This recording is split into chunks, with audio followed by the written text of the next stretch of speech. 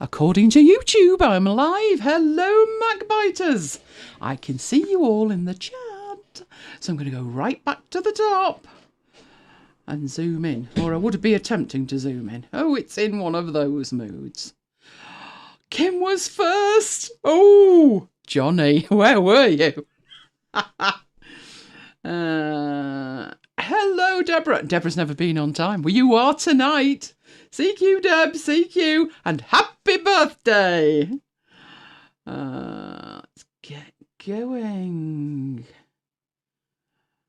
How's the door, Johnny? That's the question. How's the door? Hello, Peter. Good morning. Good morning to you. 4 a.m. start. Well, you're most welcome. It wouldn't be the same without you. Right, let's get going.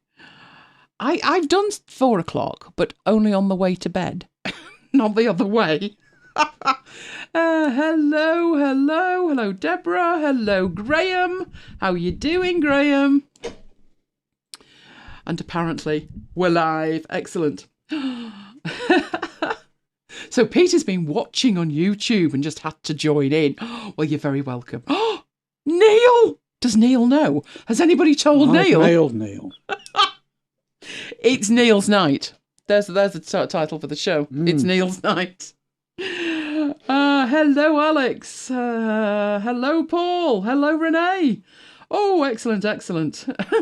It's access night. What can I say? But before that, you lumbered with me.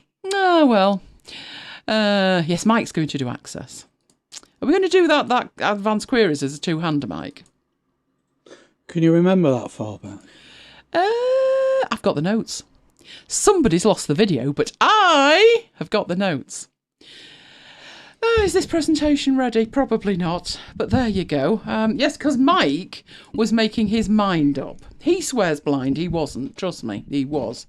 So I've got to rejig this and get it all in the right order. I do believe that is right.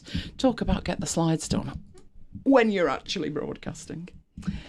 4 a.m. isn't too difficult once you get used to it. Okay, Paul, I'm going to leave that in your capable hands rather than mine. I can't imagine getting up at 4 o'clock every whenever, like once a year. Can you?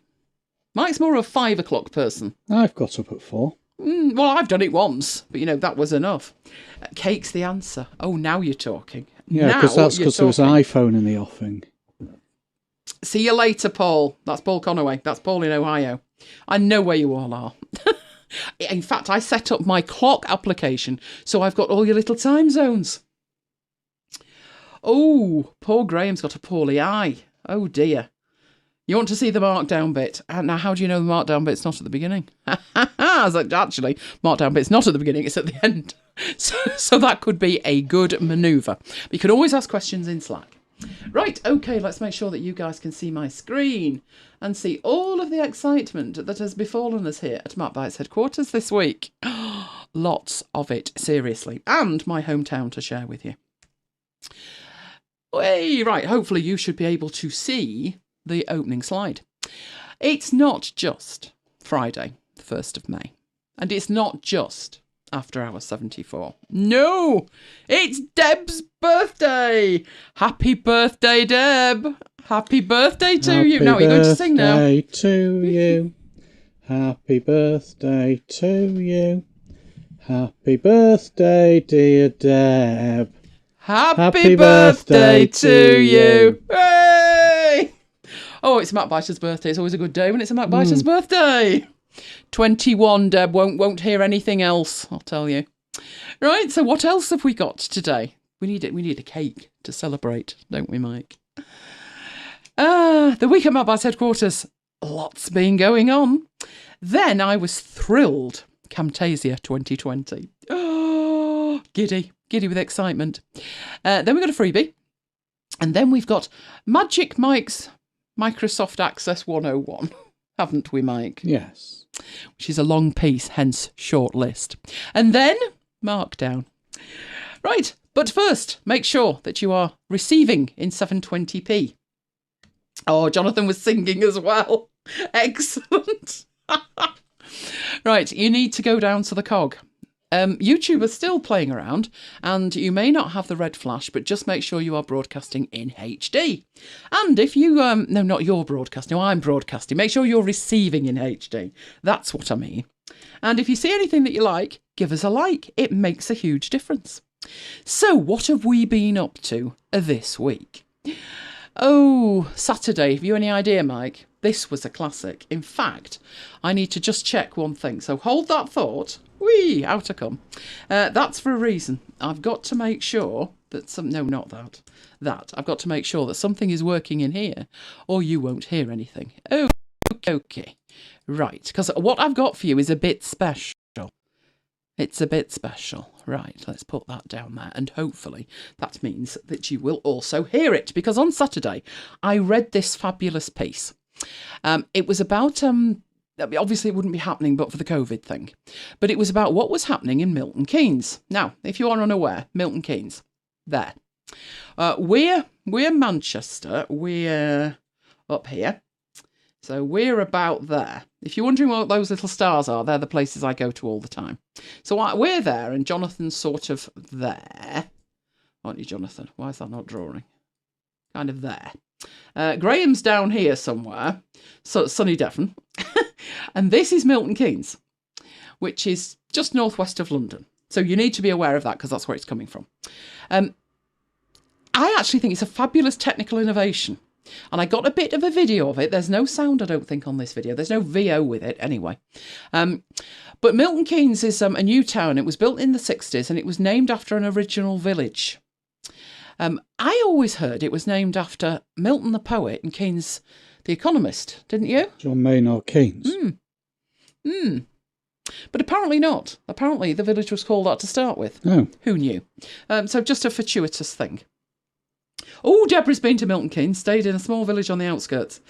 I went to Milton Keynes in 1985 for a U2 concert. I was intent on passing my driving test because if I didn't, my dad was taking me to the concert. Not happening. So I said to my mum with 5 weeks to go, I'm going to learn to drive. Mum said, is it not a bit late now? So I said, no, leave it with me. Passed my test within 5 weeks, drove down, went with my mum, had an absolute blast. So I have really happy memories of Milton Keynes. But Neil's quite right. There's lots of roundabouts. Not too happy with those. Everything looks exactly the same. To give you an idea of the type of town it is, they have concrete cows in the field for you to look at. Just saying. So sort of like Salem, really. It's a strange town. But let's watch the video. I've been to Milton Keynes several times. Well, this was the innovation, Mike. So you might have to listen online.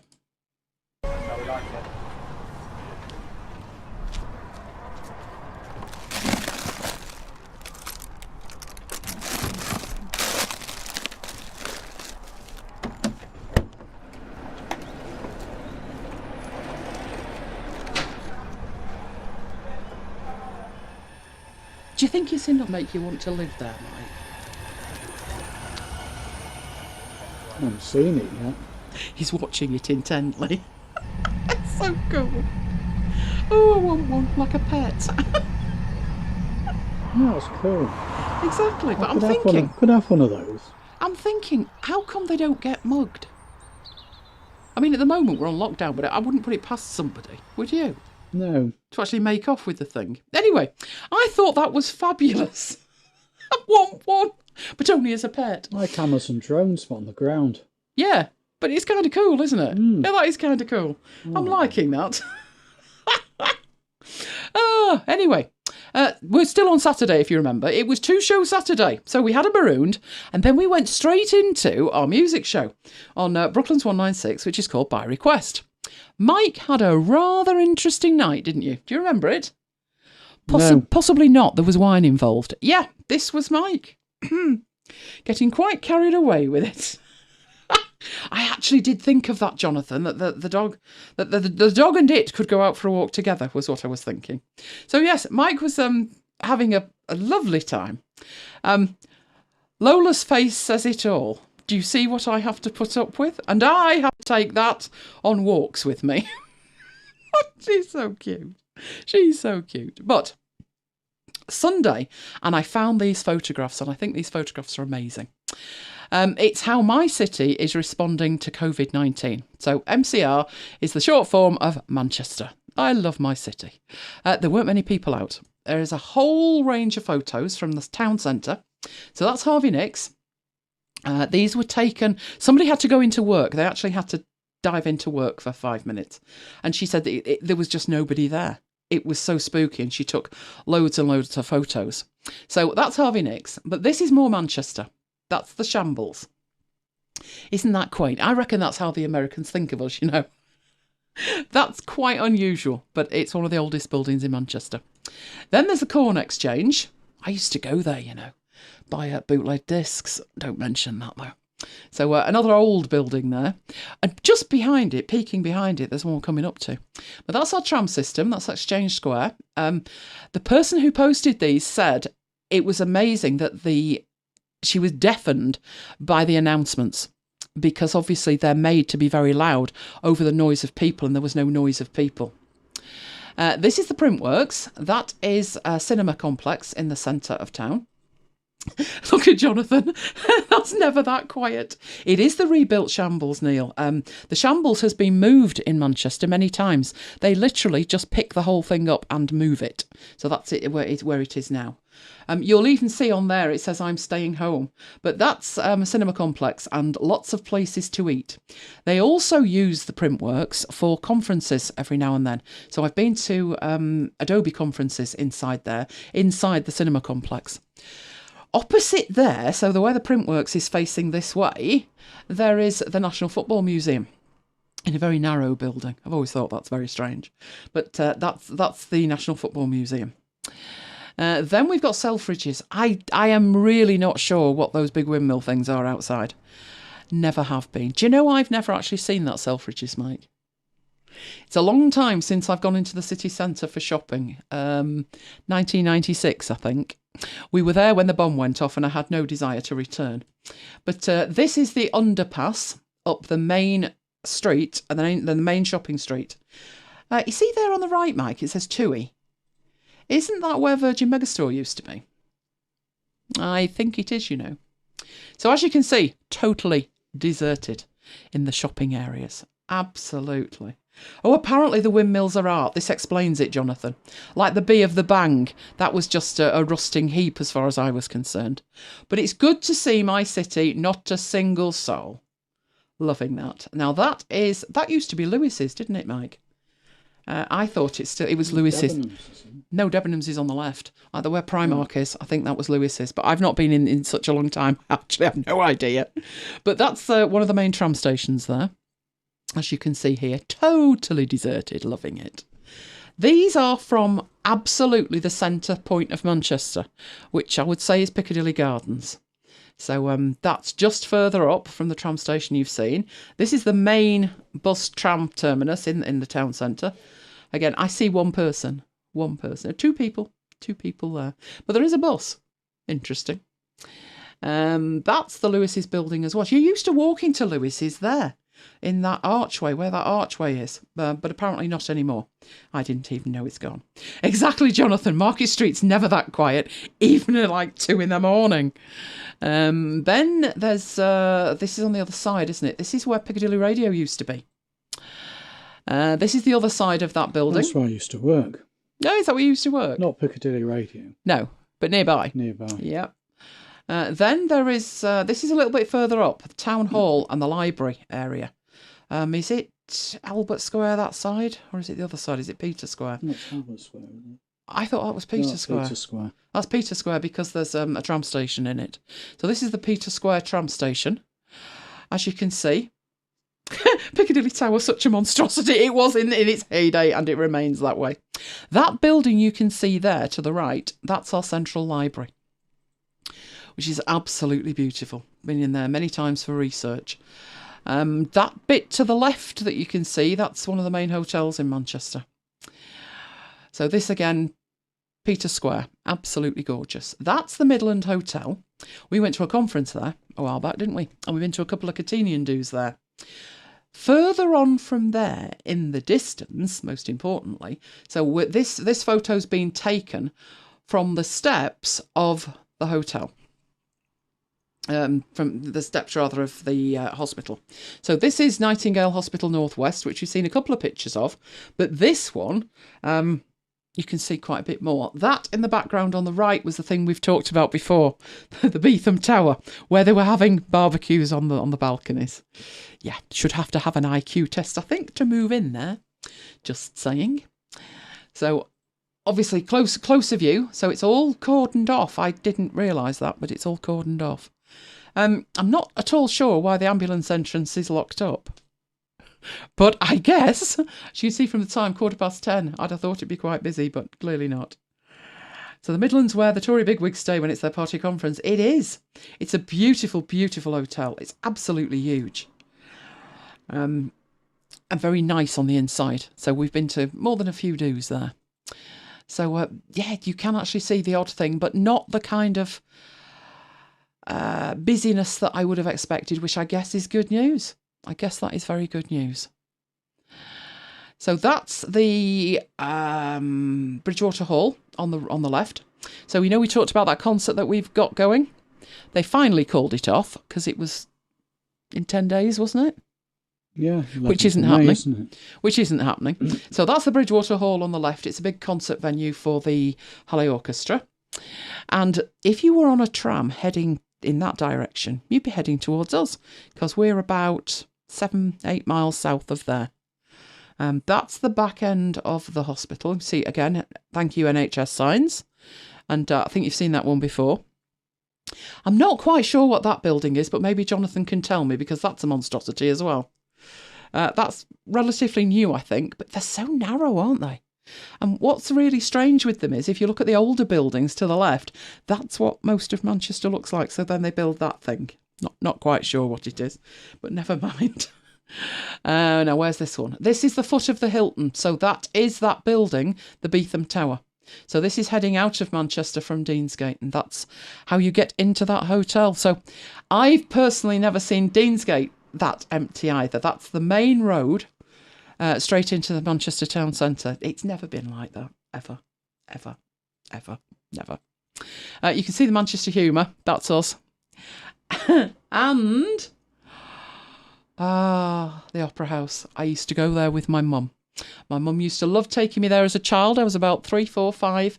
I wasn't allowed, I was so young, I wasn't allowed in. So she would always buy a box and tell them that she wasn't leaving me at home and that I would be very good. And I was very good as she watched her operas. So I was subjected to a lot of operas. That's the Ivy. That's the one that had the roof on fire about a year ago. Very expensive, I believe. And now, I'm not sure where that one is, Jonathan. Well, it says Spinningfields, but I've never seen that. So I don't think that was built the last time I went into Manchester. So I think we're heading out here. This is heading out towards Salford. And there's one more, I think. That's the side view of the National Football Museum. So it's sort of triangular. It is bizarre. I've never seen my city that empty. We walked up there, didn't we, Mike? That's the Printworks heading up to the Arndale Centre, the Manchester Arndale Centre. So I have been there many, many, many times. £5.50 to park all day. It's obscene. It's obscene. Oh, Neil says he used to go to Kendall's to look at the toys. So did I. My mum always took me to Kendall's to see Father Christmas. I've still got the pictures. I absolutely love their toy department. Unbelievable. So it's an expensive area to eat and live, according to Jonathan. Who would know? He would know these things. Me, I barely know Manchester anymore. And that one, I think, is that heading up to the station, Jonathan? That's much closer to you than it is me. But as I say, these aren't my photographs, but I just thought I wanted to share them with you. That's my city. My city. There's nobody out in my city. I'm proud of my city, which is wonderful. So they were put online on Sunday. I spent most of the day looking at them. You don't know Kendall's. Oh, Jonathan, it's opposite Waterstones on Deansgate. It's the big posh place opposite. Used to be great. I think it's virtually breathing its last now. It's a House of Fraser store. But it used to be the store to go to. So, Monday. Oh, I was high on the weekend thinking this is going to be marvellous. Oh, the Bird's Nest. No, I've never seen it, Jonathan. Never seen it. I have seen your block of flats, though, which is good. You'd love to pay £5 to park all day. You pay that for an hour.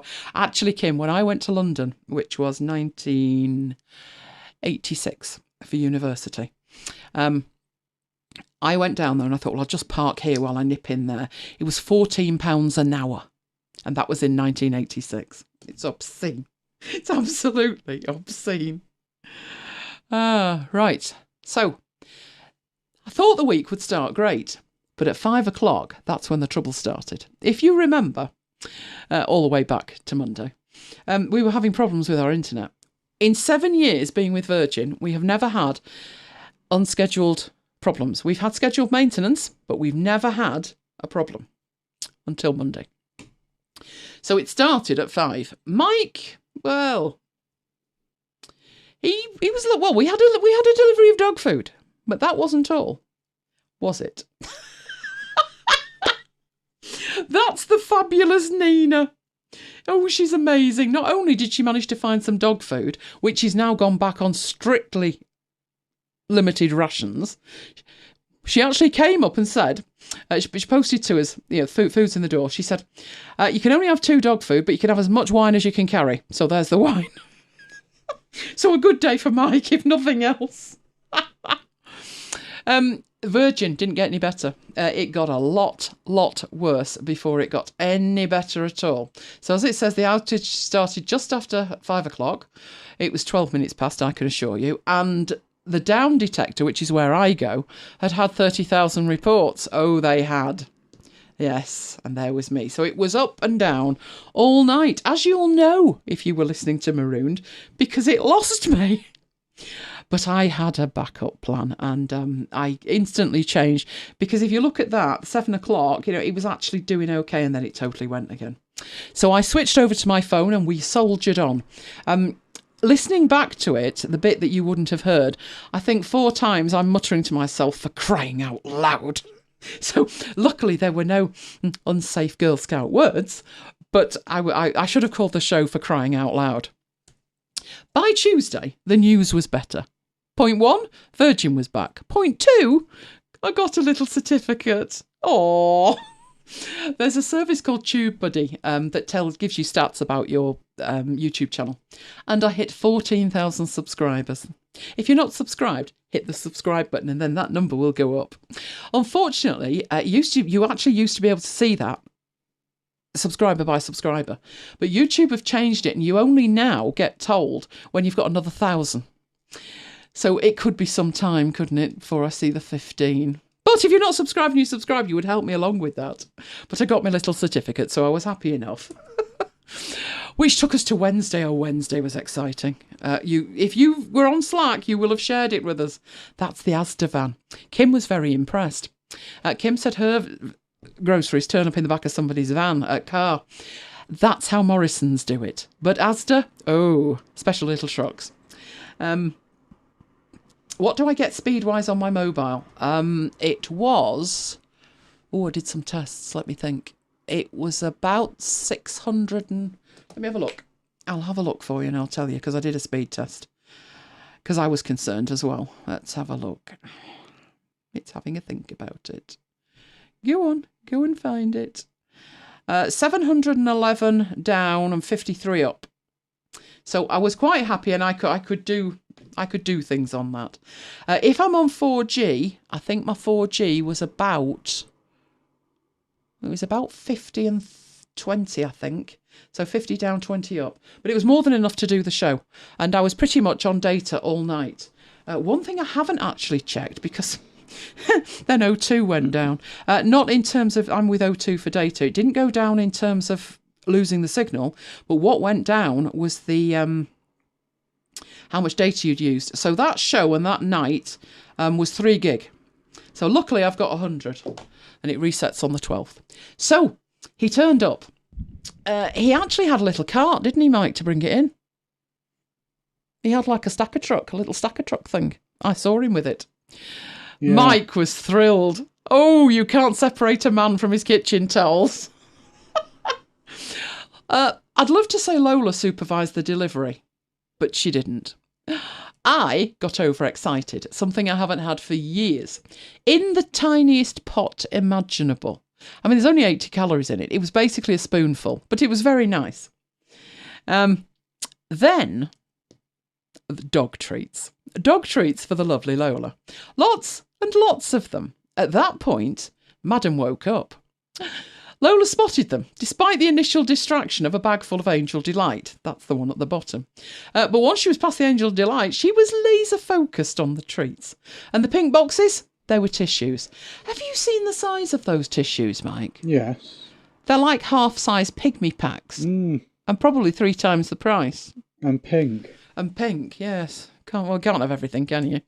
Which took me to Thursday. Thursday was a weird day with weather. Really weird. That's not retouched in any kind of way. It was dark, foreboding skies. So that's what we had here. 10 minutes later, Jonathan posted that. Jonathan was lucky. He's only about 6 miles away. He had a double rainbow. But I digress. Thursday was all about celebrating Captain Tom's birthday, who's now Colonel Tom. I can't believe the Queen missed the opportunity to promote him to Major, can you? Although I don't know if Major's below Colonel. Somebody will know and can let me know. I think she just make him a Sir. I thought that. I think if he manages to last till Christmas, I think she will. I think maybe they only do it once a year. Although I would have just done it anyway. I mean, she's the Queen, she can do what she likes. But apparently not. Which took me to Friday. Again, weird weather. Seriously weird weather. Not touched in any kind of way. Look at those clouds. But I did mention on Marooned at MacBites headquarters how if you ignore the clouds, the sky's blue as anything. So there's because we live quite close to the airport. We're about 5 miles west of the airport. So normally the skies would be horrible and murky anyway. But that cleared. Oh, apparently Major's below Colonel. That explains it all. But we just wanted to sing Major Tom to him. That's why. They should have just given him his Sir and be done with it. So that cleared slightly. And within the hour, it looked like that. Which was when we were on Marooned. And I said to Mike, it literally looks like a cyclone on the left-hand side. So we've had the weirdest weather. Apparently, we're due thunder and lightning, but it's not there yet. Right, next one, especially for you, Jonathan, because I know you were incredibly concerned about my well-being because I didn't have cheese on my pasta. Well, I just wanted to let you know, situation rectified. We couldn't get any of the actual, whichever one it is. Parmesan. The shaky one, which is basically like salt, isn't it? So Mike, not only did we get some Parmesan, he actually had to hand grate it. I can't say fairer than that. Right, okay then. Let's get off into it, because also this week, major excitement for me. Far too excited for me. Tasted very nice. It tasted beautiful. Can I just say, actually, publicly, you know the stuff you used to buy? The Dolmio in the pouch? Yeah. Like dog food. The stuff you're doing with the chicken is far better. Oh, good. So Mike's homemade stuff is far better than the stuff in the packet. So I don't think we'll be going back to the packet stuff because I'm enjoying the new stuff. Although I will have to brush my teeth. Well, no, I did brush my teeth straight away because I got worried about the colour in the stuff. Because I don't want to be troubling the dentist anytime soon. Right, so. Oh, I was going to say something about the dentists. What? What? I checked my bank. Yeah? Well, they're still taking money out. Of course they're still taking money out. They've got to eat. What do you mean they've got to eat? They're shut. I know. Doesn't stop them taking money, though, does it? That's a very interesting point. It is, because I'm there. I'll still need my X appointments. I reckon all they'll be able to do, because I mean, my guys are pretty decent with it anyway.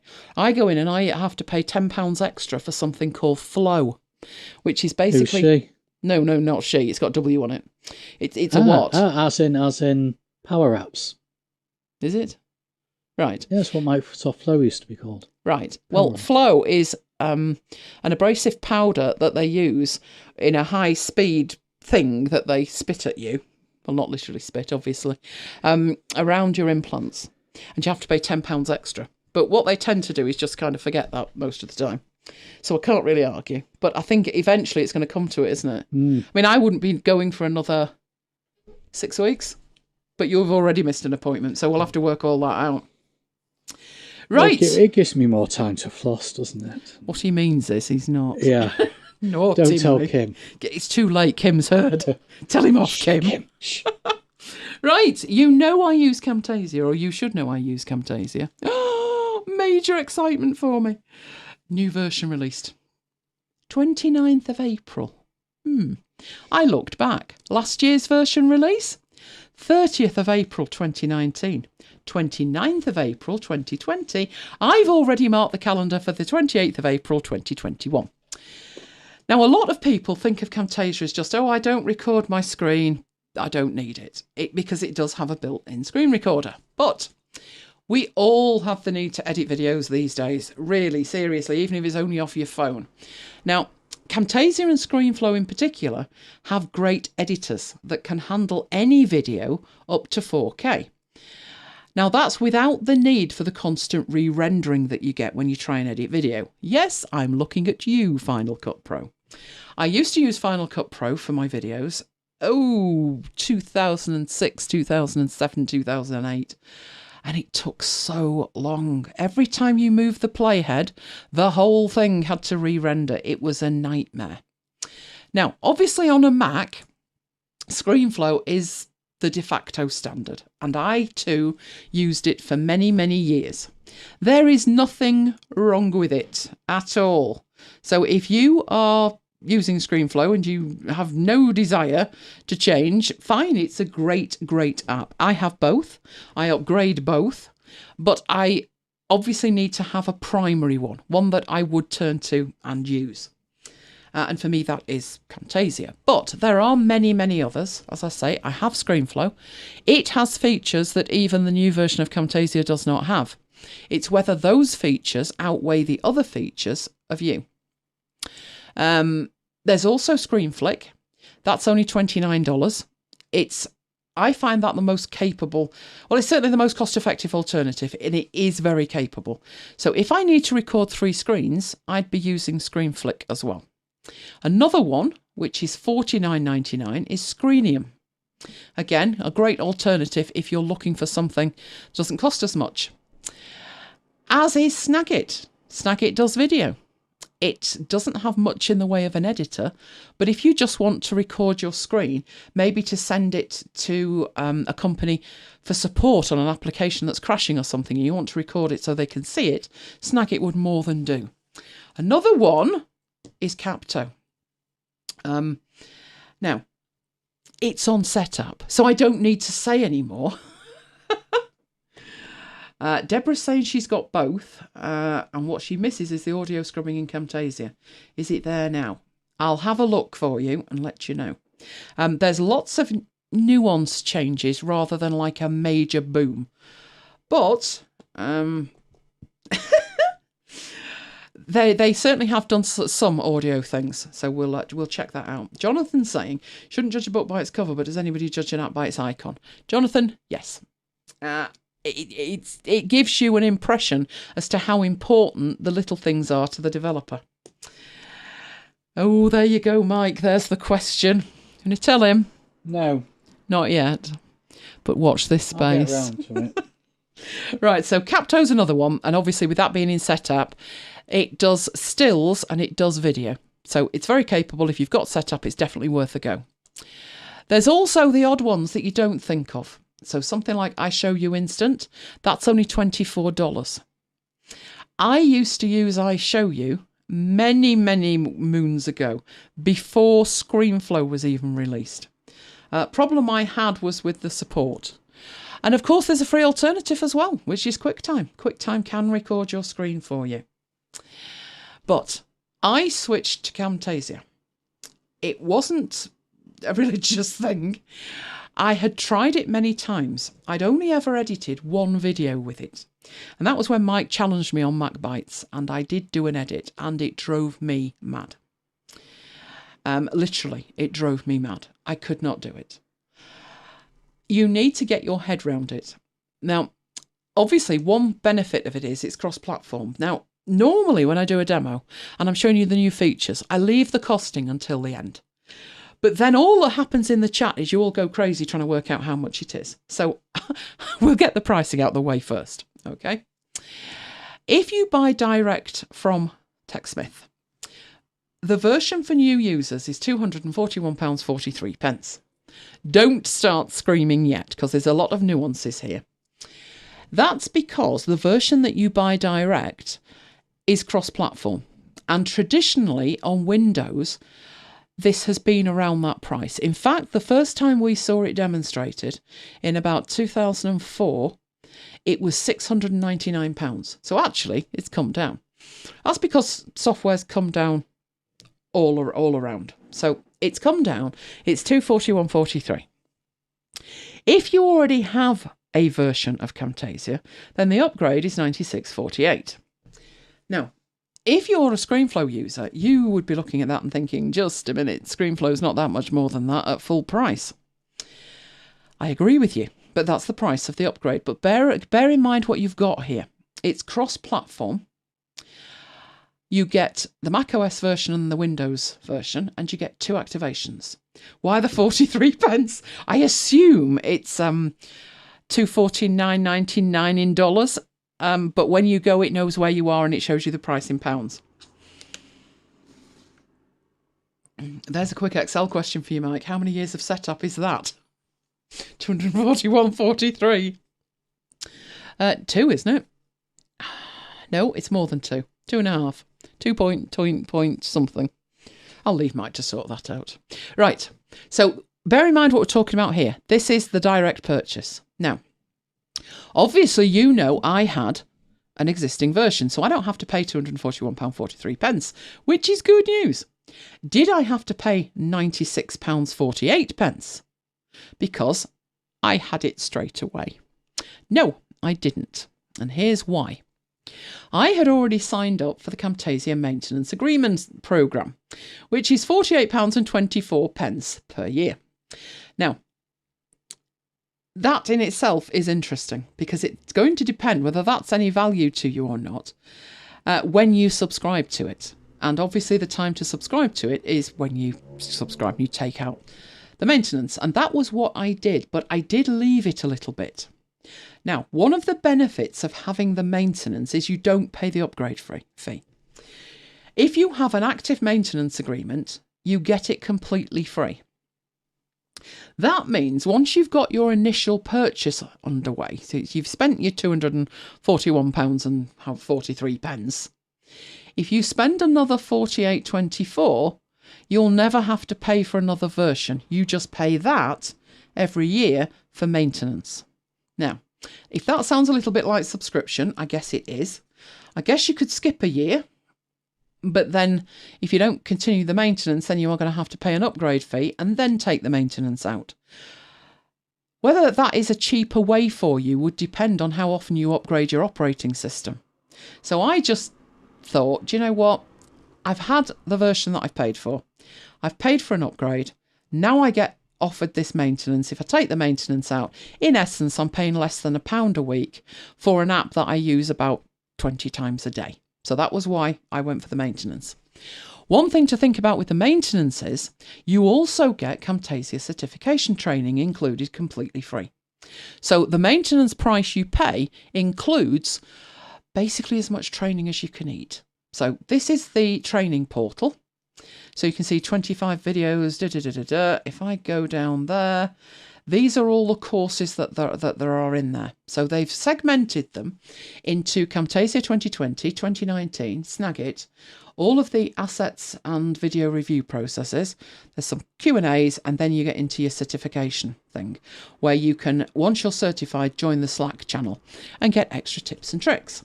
So if you just bought 2020, what would the training look like for that? Because it says 11 courses. Well, when you drill down a bit, and that's all a bit wordy wrapping hood, isn't it? Yeah, could do with more graphics, less of anything else. But what you get is the portal, which tells you what courses you've got. So you can see the half an hour, an hour 20. And again, you then, to get your certificate, you do all the training. And you sit one of their exams.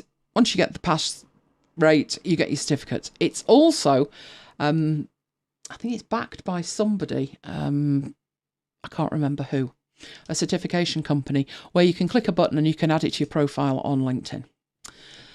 So that to me is pretty much worth it. So let's see what people are saying. So Deborah did the training. It's not too bad, bit slower if you know stuff, but useful. And yeah, it is. That's what I would say. I personally find the training a little bit skewed towards the Windows version. And then they put like an extra video on, which is if you use the Mac version, etc., etc. There's quite a few tips and tricks that I know I use that they didn't even mention. I think it's them trying to get you up to an acceptable level where you become productive. But beyond that, probably not. But considering it's included in the £48, I think it's worth it, both for the fact that I get the software and the fact that I can do the training and get up to speed and get a little thing that I can put on LinkedIn. That's what it actually looked like when it arrived. Strangely, it arrived the day after. And I'm like, really?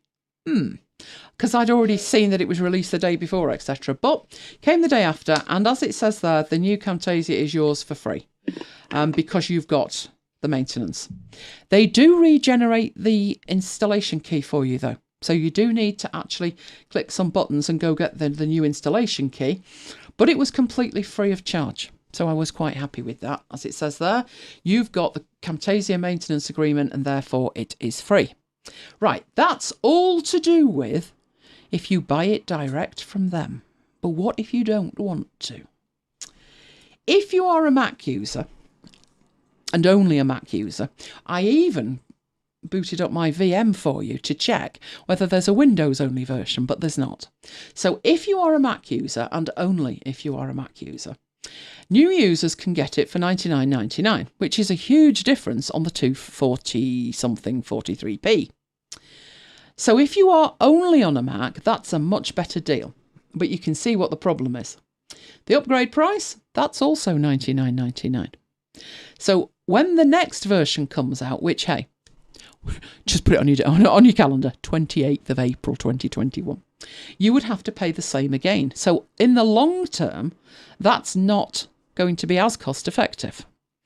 The other thing to think about is it is Mac OS only. So if you suddenly found yourself with a client or somebody who wanted something on Windows, the license won't work because there isn't actually a license key. And the other issue is there's no certification training with it at all. So you lose out on the training. So you just need to think about what's best. What I do normally, I didn't last time to be honest, but the benefit of this App Store version is that you can install it as many times as Apple allow, which I've heard is between 5 and 6, but I've never been stopped. So technically speaking, as long as you're logged into the App Store, you can install it as many times as you like. That could outweigh the fact that you've not got the Windows version and you'd have to think about upgrades. It just depends. Because then paying for the upgrade, if you've got it on 5 machines, paying for the upgrade at £100 is still going to be cheaper than however many maintenance contracts you need. So you do have to make a decision. This is one of the apps that I tend to buy twice because I use it all day, every day. I'm using it right now, but I'm using the old version so I can demonstrate the new one for you. So let's have a look at the new features. Let's see what there are. Right, I'm going to go through the features and show each one as I go. So the first thing is that you now have placeholder media types. So let's go have a look at that. Right, Camtasia. Now, first thing you can see on here, I've got 3 versions installed. I've actually got a version missing. I don't know how that happened. Version 3 is the oldest one that I've got, but there was then 2018, 19 and 20. Right now, 2019 is running. So this could all go to heck in a handcart. I'll show you up here. It's actually recording. There it is. So Camtasia is currently recording, but it's version 9 2019. Right, so I will go in there and run 2020. Not tried running both at the same time, but I have belt and braces. More than belt and braces. Having a think about it. So there we go. So I've got it set up so when it starts, it shows that. You'll see the green border around the edges. and that's the recorder. So with the recorder, you choose what screen you want. So I've got 3 monitors, and you can see the green thing flying across. You could choose a custom region. You can make it widescreen, and it will actually pick the pixels. You've got 720p. You've then got the right size for Instagram, the right size for Facebook cover video, and then all of these other ones as well. Now, the issue with that is, by comparison, because when ScreenFlow came out, we looked at that as well. And one of the huge things with ScreenFlow was the ability to record as many screens as you've got on your Mac. And Camtasia, still just the one. In fact, it's worse than that, because in ScreenFlow, you have the ability to record your computer screen and your iOS device at the same time. But if you're looking here, the mobile devices are at the top. They would be showing when I had them plugged in, but I can't record a screen on my Mac and my mobile device at the same time. So one thing you need to think about very carefully. So cute, Neil. Neil's son says he feels very sorry for me. I have to stay up late to do these videos. You tell him I enjoy it. We have a lot of fun. If you are needing to record multiple screens, and that's an absolutely critical thing for you, then Camtasia may not be the one for you. Most of the time, I only need to record one screen. There are occasions I need to record an iPad, but it's quite unusual if I need to record an iPad and my Mac screen. But you've already seen that I have a fistful of these screen recorders, so I just use a different one and be done with it. But if it was something I did all day, every day, then that's a problem. So that hasn't changed. It's updated on Windows, it's not changed on the Mac. Obviously, I would probably have that set to like a built-in microphone or something as well, and that way as I'm speaking you can see it bouncing up and down.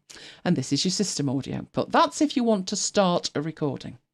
But I'm showing you placeholder things, so I don't need to do that. So I'm going to go up to New Project, and we'll just get a project. Obviously, this is pushing it a bit because I'm running so many applications and all of them are video intensive. But that's what it looks like. And what it's talking about in terms of a placeholder, normally in here, you have items on the tracks at the bottom. So let's go and get something to put on the bottom. Something I downloaded earlier, which is incredibly useful. Where's my videos? I got some videos. They were rather cute. I think it was that one there. It was.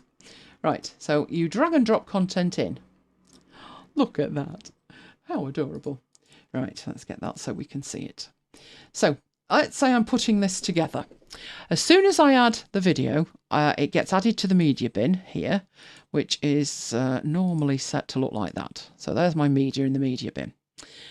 Now, imagine that you're working on a project and you know that you need something else after this, and then maybe you need your credits at the end. So I go into my library, and in my library I have some full screen stuff where I could have like a black full screen or a white full screen. So let's say I'm going to put that there. But in between them, I need a video, another video. But I don't have that video yet. So the issue that I've got is, what do I do with the gap? Do I leave it there? What do I do with it? Well, what you can do now is, I'm going to drag that down just so we can see, just so we can have something, because what you would normally do is you would put something else in it to hold that gap for you. This that I've got here was quite long, but there it is. Right, so what I do with it is get that the right size and then pop that in the gap, and that holds the gap open. All I've then got to do is, as I'm editing it, remember that that bit there, I need to change it, and then I come out to my end screen. But what you can do now is right click on it, and you can say convert to placeholder. And when you do that and you hover over it, you get this nice little view to it that it's actually saying that I'm a placeholder. Drag media onto the placeholder onto the timeline. Now, that's good enough as it goes, I think. But up here in your properties, which is toggled off with this bit here, you have placeholder settings that are visual properties. You have audio properties on it. And you also have placeholder properties.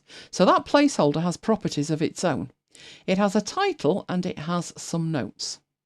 So if instead of it having placeholder, you wanted to remind whoever is editing it that actually this is for the tip of the week. So let's say we just put the tip of the week. That actually, when we come out of it, gets updated in here. So that bit there matches up with that bit there. Right, in the notes underneath it, right, let's say you put insert the latest version of the image for the, for the tip of the week. Okay. Right, so you've given a little bit of information there with it, right? That means up here it still says drag media onto the placeholder on the timeline. But down here you have a little icon. It's telling you it's the tip of the week, and when you click on that it will open it up and you can put some instructions in there for your editors. So you can actually use that placeholder to give instructions, which for years I've wanted to be able to put comments on it. Now the other way to work, because I actually had something on the timeline and I converted it, but the other way to do it is to just right click and add a placeholder. And it will just add a placeholder for you. It's exactly the same, no difference between the two. It's just that if you already have something there that's correct, then you can just convert it. But same principle. So if we wanted to put on that, let's say add your watermark. Oh, actually this one would just be watermark, and then down there add your personal watermark. If I could spell, I would be dangerous. Right, there we go. That doesn't mean that you can't move these around. You can. So why is that better than just leaving something random, holding that open? Anybody got any ideas what makes that better? As I grab some water. There is a huge reason why that's better, but not a clue at the moment as to maybe why. Who's going to say anything? Are you all still awake? Well, the beauty of a placeholder is, if all it did was hold it open on the timeline, that's not bad. But one of the things for me, when I'm working with stuff, that makes it better, being a placeholder, is that you can add extra things to it. So let's have a look. I'll do this completely from scratch. So we'll make a new one. I have actually done this, but we'll do it properly. We'll do it properly. So I'm going to open up my assets and frantically try and remember where I put them. And I do believe it was in the recordings folder. And it was all of the masses. Got another one to do tomorrow. So these are the masses that I've done. And you will see. Go on, have a think about it. Don't mind me. Finder's gone a bit funny. Come on, Finder. Wakey, wakey. Right. You'll see I've got my Camproj file. And then I've got my MP4 as I've produced it. And then I have things up here, like with the dates on. So, the mass tomorrow is for the 2nd and 3rd. And I've already got my image there. So I've got my image, brilliant. I need to make this into that. So to make it easier for me, I'm going to open one of these. I've got a new one. Yesterday. Right, there we go. Let me open this with, oh, it's trying to open it with Mac Family Tree, believe it or not. Right, let's open it with 2020. I've already created this for tomorrow. So I have my ident in it, and you'll see in here, if I play it, that's where the mass recording needs to go. So I have a placeholder ready and able to take over when I get the recording of the mass. And at the end, when it comes out of the mass, we go into that and I have another placeholder. So now, let's try making that then. So every time I have a mass, it's easier. Right, so let's come out of it. Right, this is a completely new one. First thing we're going to need is a graphic. So let's do it for that day. So we'll import the media.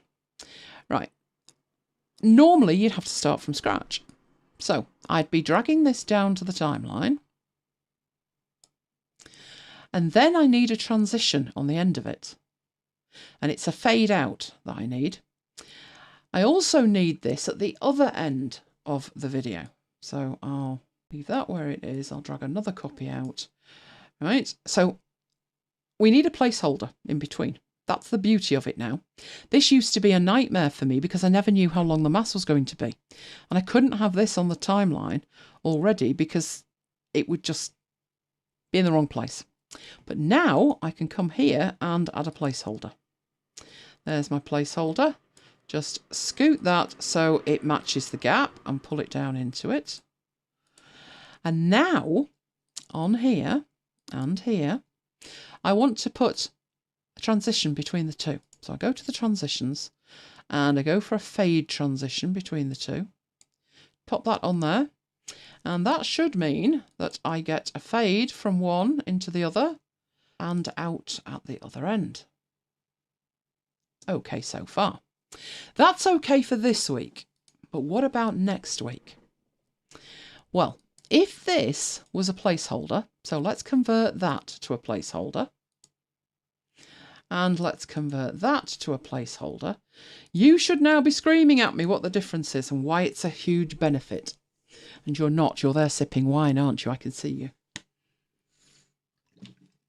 The beauty of a placeholder is it can actually have on it, so let's zoom into there, transitions.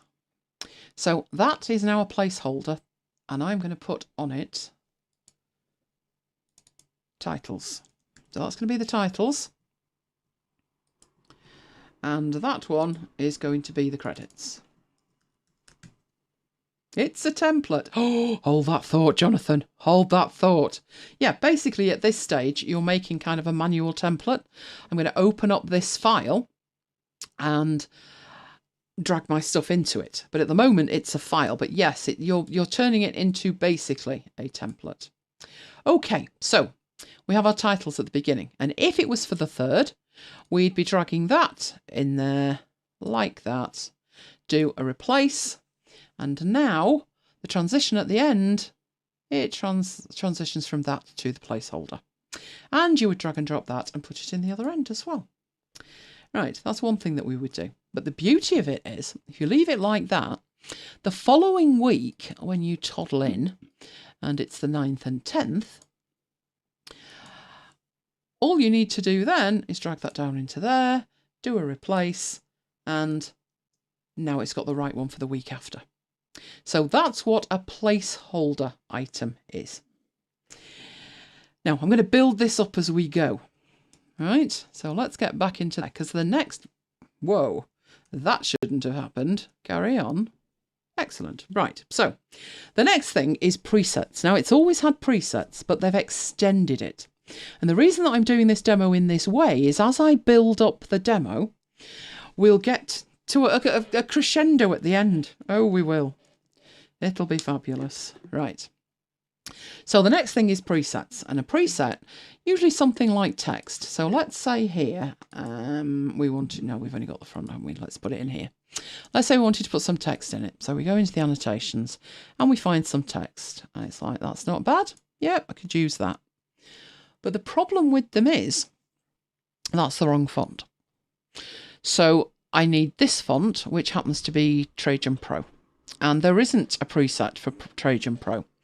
There are different styles. So you can have bold and urban, but, you know, they're not what we need. And there's even themes like red, but again, it's not what we need. So let's go back to basic, and it was that one that we chose. And we'll go back to no theme. Right, so we've got that one. Right, what you can do in here is you can choose the font you want. So you want that to be Trajan Pro. Now it's Trajan Pro. You can put some placeholder text in if you want. So maybe that's going to be the time or something like that. But the point of it is what size is the text and what font face is the text. So enter text here. Right. That's now correct. But the next time you come to want it, maybe down at this end here, you'd either have to duplicate this one, or you'd have to copy paste it, or you'd have to recreate it. It's a pain. But now up here you have the ability, there is a plus symbol at the top there to add a preset. So if I click on there, it adds that preset, that one there, in my user styles. So now further down, I want to add in one of these, and I've got my own presets. That has been so long coming, it's frightening, but it's now there. So that's good. So that's what you do with the preset. Now bear in mind that preset is only on this machine for me to use. It's nowhere else at the moment. But we'll head back in and we will have a look at that. Because the next thing is themes. So we've done a preset, but a theme is more than that. A theme is where you create a look and a feel to do with colour. So let's go and have a look at that. So over here it says theme, and you can choose a theme, and you can see that I have got in there Camtasia theme, default theme, manage themes, and I've also got this annotations red, which was one that I created in a previous demo.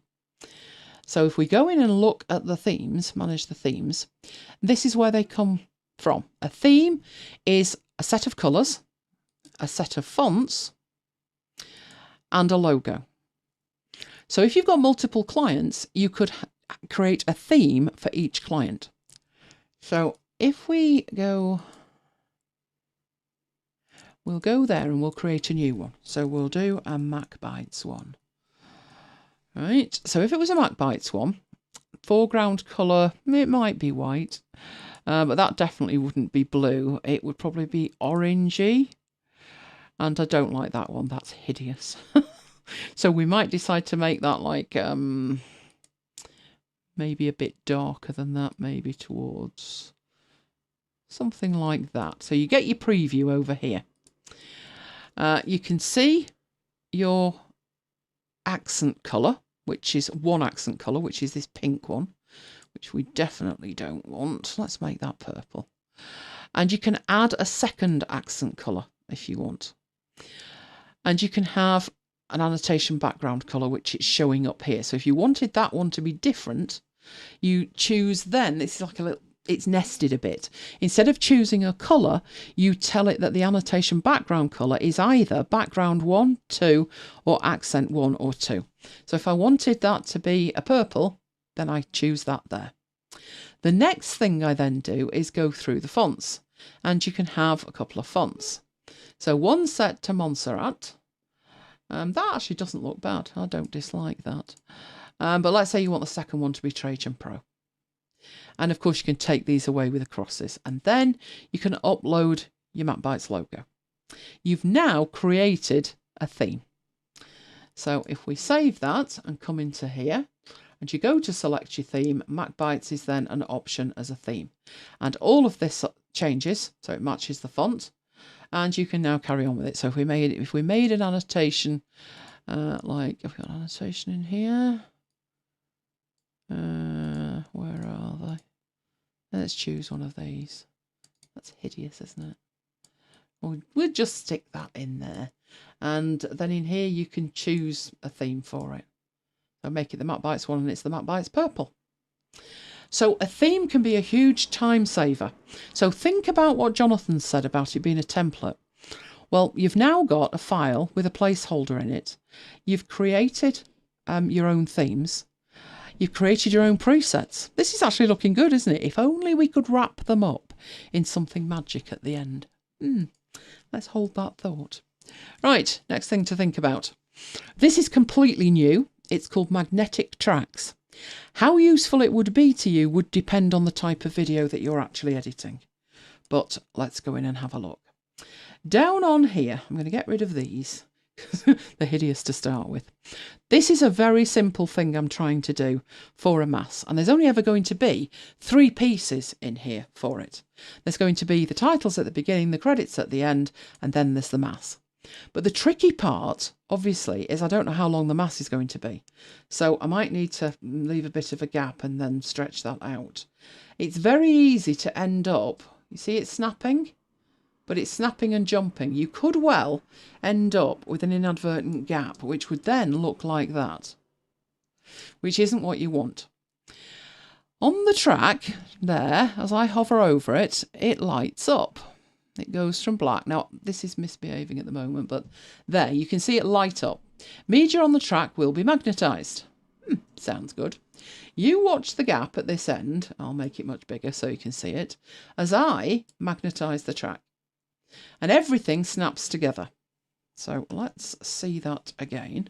Take it off, magnetising, move that, and then magnetise the track, and everything twangs back. At this end, if I make that much smaller, you can see a magnetised track has these chevrons on it, on the track, to indicate to you it's magnetised.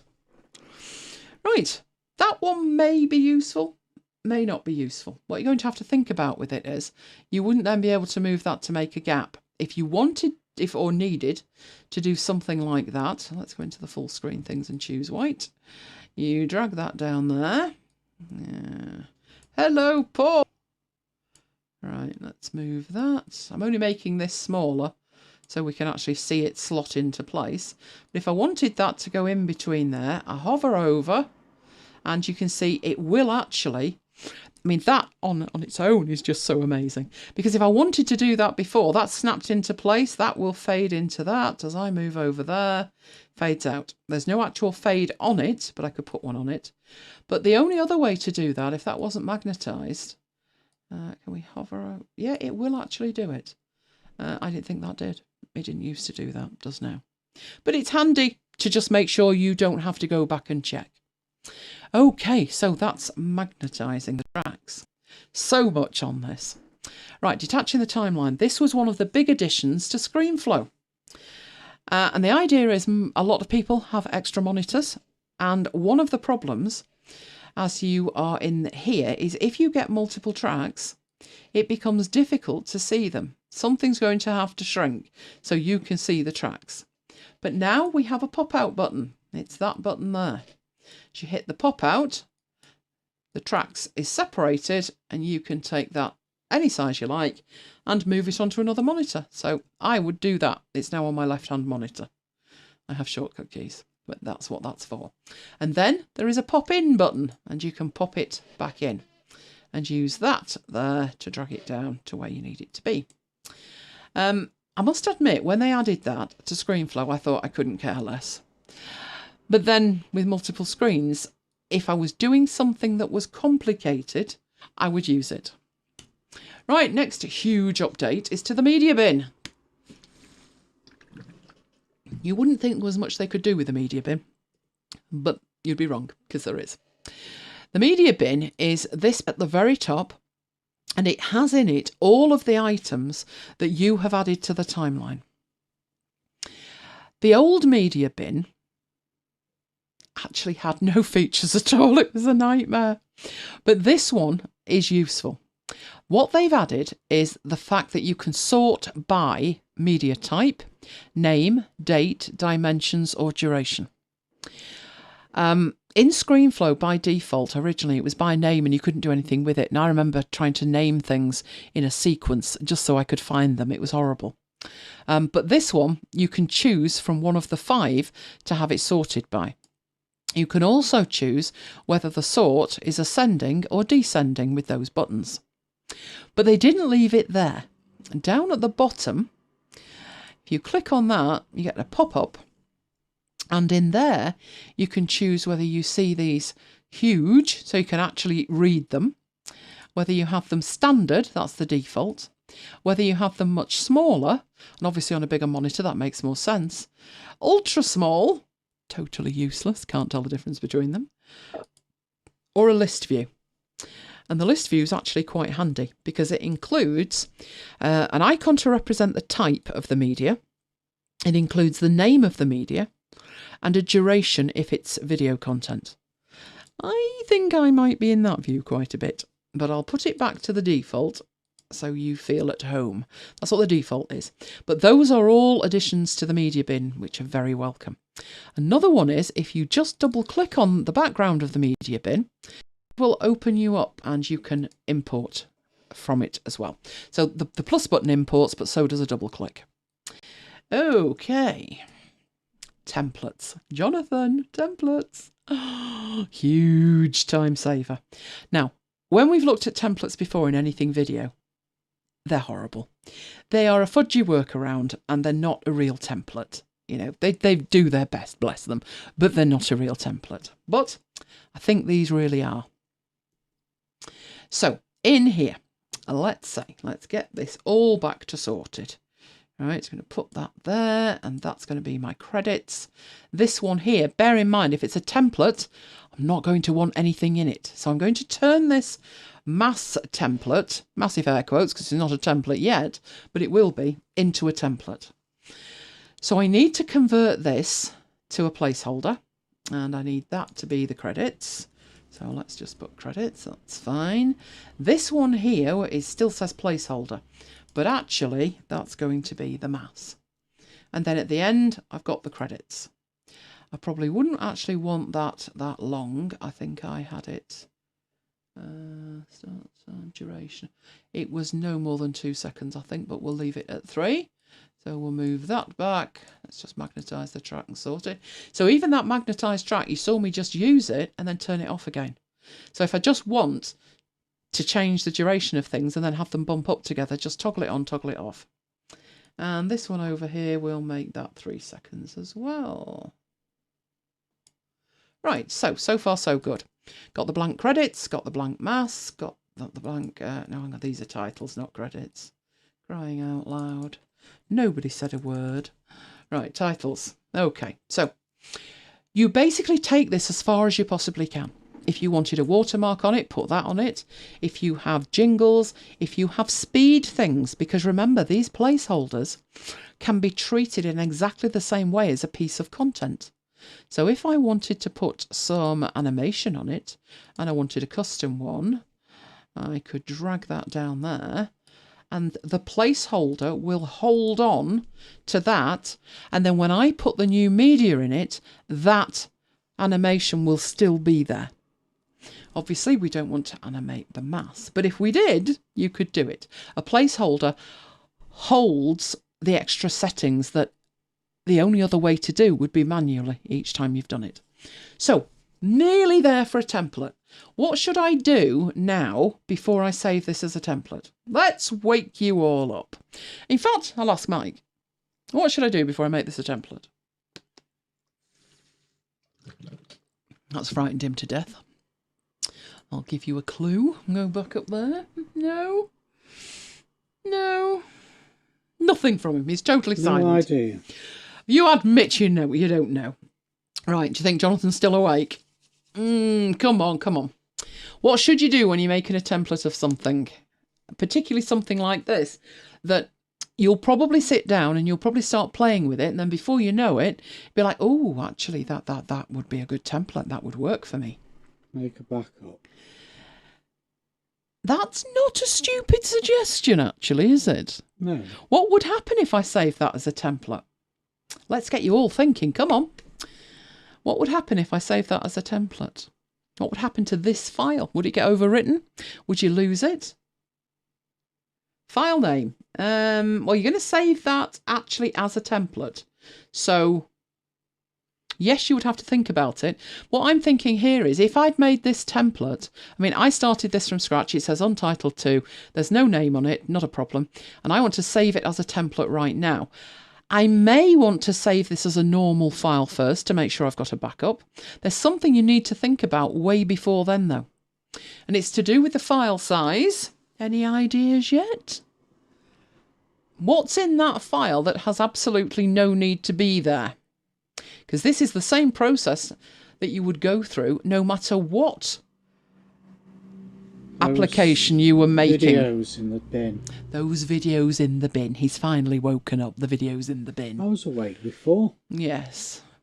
But there's conscious and then there's brain conscious, isn't there? Right, these things here, if they're not needed, if they're not on the timeline doing any good, then get rid of them, because all they're doing is clustering up the media bin. Deborah, spot on. I've got stuff there that I don't need. You need to think about, is that actually used anywhere? But let's assume that it's not. You're all awake now, so let's just totally get rid of those. Unless there's something on the timeline, like branding, watermarks, credits, titles, that don't change every week like mine do, then you don't need them in there. So make sure you tidy up the media bin to the point there's nothing in it that isn't on the timeline. Right, another thing to think about, which you could be forgiven for not thinking about. Why have I got 3 tracks? I certainly don't need them. One option is to get rid of it by right-clicking on the track and saying delete. Where is it? Turn track off, rename track, remove track. The other option is to remove all the empty tracks, so 1 and 2. Because for what I'm doing, which is creating a mass template, I'm only ever going to need 1 track. What other things should you be thinking about at this stage? Well, you could name the track, because you can actually name tracks. So you could do that. Basically, just think, what do I not want to do repeatedly when I use this template? Do that and do it at this point. And then you save it as a template. So File. Why is Save Project as Template dimmed out? What are you doing to me? That's better. Right, Save Project as Template. And it asks for a template name. So I'm going to call this Mass Demo. Because I already have a mass template ready for tomorrow. Talk about excited. Right, so we'll save that. Now, that made absolutely no difference to this file. It's still called Untitled 2. I could still carry on editing it. What I tend to do is just do a save, call it Demo, a template, and stick it on the desktop, out of the way. Right, it shouldn't even be called that, should it? There we go, Mass Demo Template. Just in case I want to do some editing later, literally. But I don't. So, I'm going to close that down. This was the one I was playing around with before. Don't need that either, so I'll close that down. And we will imagine that I have come in and I have the mass and I need with it. And I will go to File. And now we've already done New Project. It didn't come up with any magic and say, would you like to use this template? That's not good. It's just crashed.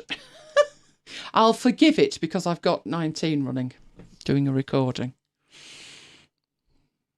Come on. There we go. Right, so File New does not give us any magic, but File New Project from Template hopefully will. Right, that's the one that I have already created, mass recording. This is a default that comes with it, and this is the one that I just created. We'll use that one. So double click it. It has a rare old think about it. Poor machine. Right, and you've got a new file called Untitled. It's impossible to overwrite the template you've just created. Then I'll drag in the mass thing.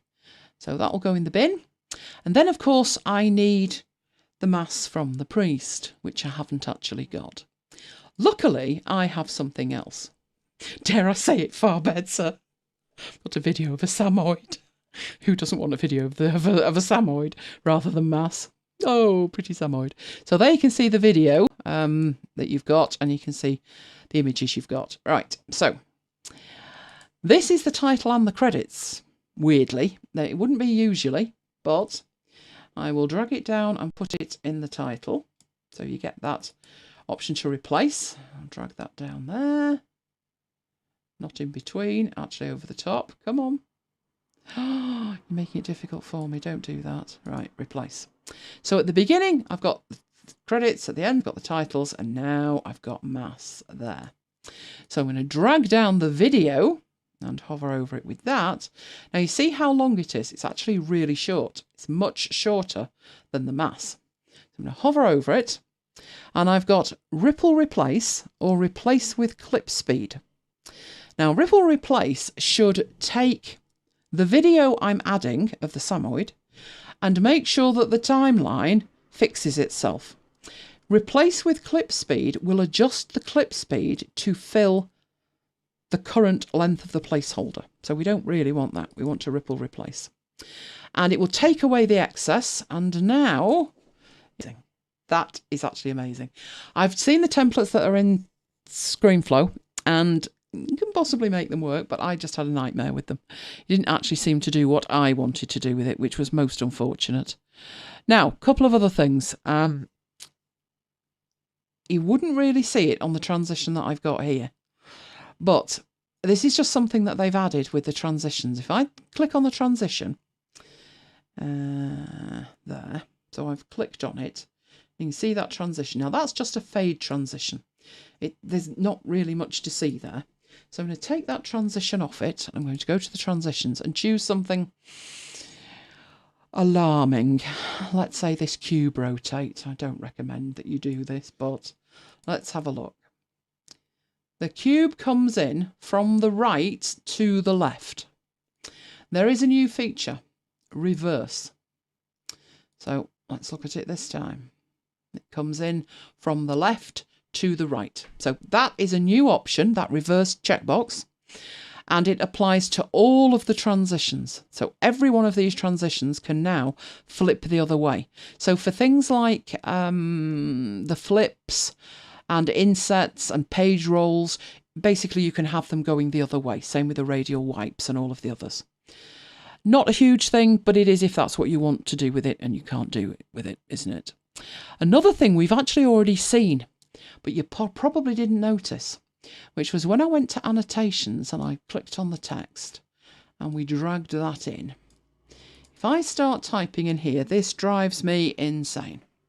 So let's say I wanted to put marooned at MacBites HQ. Can you see what's happening? It's scaling the text as I go, but I don't actually want that because that needed to be a certain size, and now I don't know what size it is. And if I make the box bigger, the text gets bigger up to a certain point and then it gets smaller. If you want to have a box and you want that to stay the same size, then you take the tick out of that, which is auto resize text. So let's say we want this text to be, we say 120. Oh dear, that's most unfortunate. It's making it far too big. Let's say we want it to be 50. And you want it to stay 50, but you want to put more text in it. So we'll copy that and we'll move to the end of it. Right. And as we paste that in, it carries on pasting. It shouldn't be changing the size. Oh, hang on, I didn't take the tick out the box, did I? Crying out loud. Right, take the tick out the box. Now what you need to do is actually make the box big enough to fit the text, which is how normal applications work. So as far as I'm concerned, I'd be looking to make that the default. Right. Now, let me have a look at the rest of them. A couple of interface things, which is, we were asked about scrubbing audio, weren't we? And there is no audio on that. That's most unfortunate. Do I have some audio? I must have some audio somewhere. Should we put the priest in? No, let's not do that. I've got some audio in MacBites. That's what we'll do. I will go and get a MacBites episode, a marooned, which clearly isn't there. No, because it's no, it's not. I shouldn't organise things, Mike. When I organise things, I can't find them. See, I thought I was in the right place, but then that's not there, is it? I'm on the other screen in a Finder window, trying to find an MP3 of Marooned. There we go.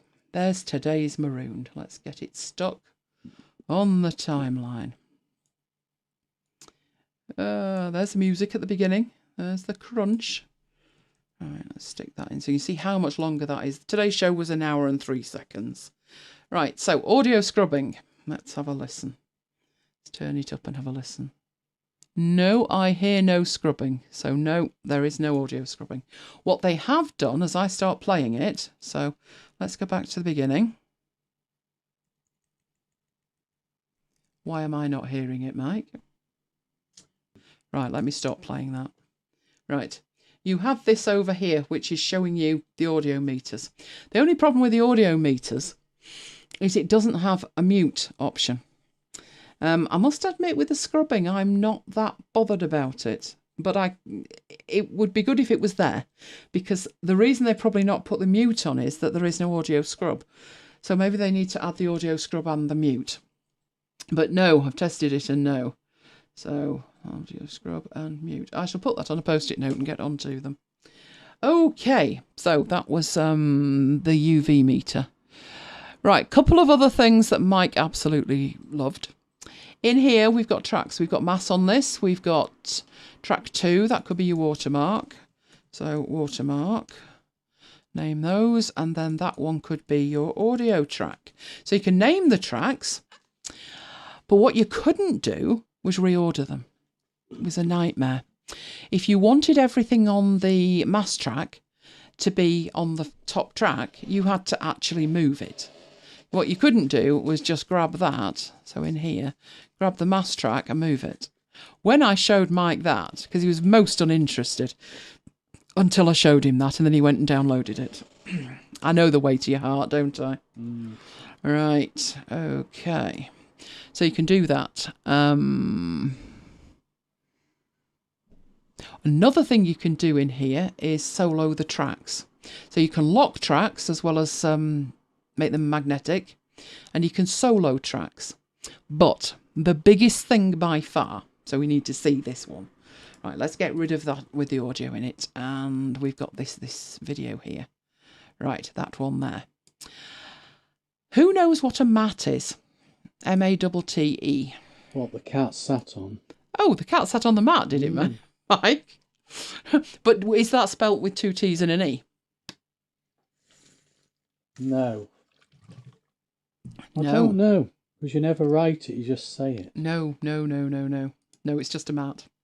Okay, I'm going to get rid of this call out, and I'm going to concentrate. We can actually get rid of the whole thing at the beginning as well. We don't even need that transition in. All I'm interested in, video of the dog. Deborah says, I thought it was something to do with shiny or not shiny. That is one use for it, yes. In video and audio, it has a different meaning. Now, you may have seen my YouTube video. I don't know if you have or not. Let's have a look. Oh, it'll probably buffer like crazy if I try doing this, but you know what? We're going to do it anyway. We're going to do it anyway. We only need to capture it fractionally. So youtube.com/me, and let's see if we can find the video in question. Right, me. Okay. Oh, I'm live, would you believe it? Right, on my channel, there is a welcome video, but obviously we can't actually see it. That's not good. Where's my welcome video? Oh, typical. I'm viewing it as me, that's the problem. What I need to do is view it as somebody else. Right, what we'll do, we'll be devious. We'll take that and we'll add that, but we'll change it. It can't be that old. I think it's about 5 years old. I bet it's set not to be seen, but basically I have a video. You've seen me do a demo before where I've got a video. Well, I've got an image behind an image, and the image at the front is some text and it says holiday. And at the background moves inside the word holiday. That was what it did. Is anybody else getting buffering? Probably. Let me close these down. Let me close all of those down, and now hopefully you won't. Right, so if we had the word holiday, it would just normally be text. So in here, I'll go and get a block. I'm going to make it quite big. And I'm going to make the text as big as I can. And annoyingly, it will only scale up to 256, but if I type in 500, it will do 500. Oh, lots of buffering. Why is it buffering? What can I do to stop it buffering? I'm just seeing if there's anything I can do. There's nothing else I can turn off. It'll probably be okay when I come out of Camtasia. Right, let's get this last bit done and then I'm going to hand over to Mike anyway. Right, so I've got some text, just random text, standard text, and I'm going to make it quite chunky, like Arial Black, like that. And if I make that the length of the video and I play the video, you will see the dog be very exciting. What a mat enables you to do is for the text to appear as a mask. So the layer on top, which is our call out, that's acting as a mask, and you are only going to see the video from the lower layer where there is pixels on the second layer. That's the easiest way I can explain it. We go to the eyeball and right click. Now normally the eyeball toggles it on and off. The trick is to right click on it and you then have track matte mode. Track matte mode, turn on the alpha, it masks to the bottom layer. So the letters, where there are pixels in those letters, you will see the video. So I will very quickly play it before the machine melts. So for me, something like that, I'd be able to have my thing that said holiday, and instead of having a still image moving behind it, I could actually have a video moving behind it. So those are the updates. Let me check there's no more. It now supports ProRes codec. But apart from that, that is all you need to know. I'll get rid of this because obviously the machine's having a fit. So let's close down Camtasia. We won't save it. And I'm watching my CPU usage drop like a stone. Right, so what I'll do next. Do I actually need that browser open? Maybe not. Let's get rid of it. And that might help us. Okay, it's gone to yellow, so I should be good. Right. Right, freebies. Freebies. Good freebie today. Love this one. It's a font from Design Cuts. It's designcuts.com/product/hello-freshtea-brew. It's a lovely, lovely font. Look at that. I like that. It would be perfect when you have an image of a blackboard and you want to put like handwritten text on it. You just flip the text to white, but it's the perfect font for something like that. And it's totally free today. I think it's today and tomorrow. Right. Are you ready for access? In a minute. He sounds so thrilled at that, doesn't he? In the meantime, if you've got any more questions about Camtasia, let me know. There's one other feature, but I haven't actually done it yet, so I decided not to do it. So I might do that next week. And that is where you take everything that we've done tonight and roll it into one. So I'll put it down on my note for next week. The link, I'll paste the link in for you in a second, Paul. I've got the link, Mike hasn't got the link. So I'll paste it in for you. Right, are you good to go? I'm ready. Mike's ready for his performance with Access 101. Are you telling them about the fact that database design is database design no matter what it's in? Yes. Right, I'll leave that to you then. Oh. Right, let's get you shared. I am shared. No, I'm not. It says Access 101. There, I've got you. Are you going full screen with that or not? Yeah. No. Yes, no. No, can't make his mind up. No, I am full screen apart from the menu. Right, you should be alive right now. Right, okay. What I'm going to do is more than my usual 20 minutes. So sit back, grab a couple of... All right, just let me sort this. I'm trying to get the link for the Fresh Tea font. Right. Let me get that sorted first so I can put that in, which is in there. There it is. Right, I've got the link. I just need to get to YouTube and then I'll get that pasted in. At which point I think I'm going to have to stop something at my end or it's not going to be happy. I don't know what's wrong with it tonight. Wirecast. it's a Wirecast. Oh, it's a Wirecast moment. Right, let me get into my own chat. Right, just a sec. Where's my chat gone? Oh, my chat's blank. Oh no, there it is. Excellent. Right, I'm going to paste that in. That's the font link. And I'm going to hand over to Mike. So away you go. Okay, thank you. As I said, I'm going to do more than 20 minutes tonight. So sit back, grab a cup of tea or a bottle of wine, and I will take you on a tour of Access 101. So Access, I think we all know, is a database program. There are plenty of database programs out there. So, you know, a database is a database is a database. Yay, says Neil. Right. So, Access. Yeah, Access is probably the most popular desktop database for Windows. It is designed as a multi-user database. That's what Microsoft say. But if you get more than a handful of people trying to hit that database at the same time, you're going to hit problems. You're going to find instabilities. So it's really designed for either a single user or 2 or 3 people hitting it at the same time. A little bit of terminology first. I've talked about the word database, and a database as a word is, I guess, generic. We talk about databases like Access and FileMaker Pro and Bento and databases in Notion. But what does a database actually mean in Access? Well, in Access, a database is a single file.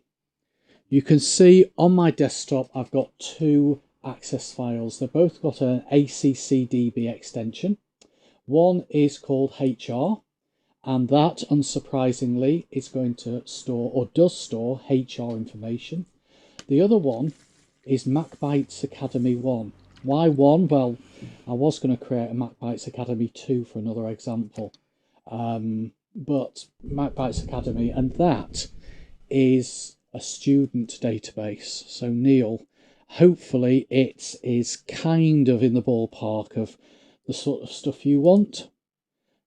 Certainly thought it would be better to do something like that than to do something like car sales, which is what I usually do when I do Access databases. So if I open up this database here, MacBites Academy, it's just a file, just like a Word file or an Excel file. I'll double click it and it will open Access.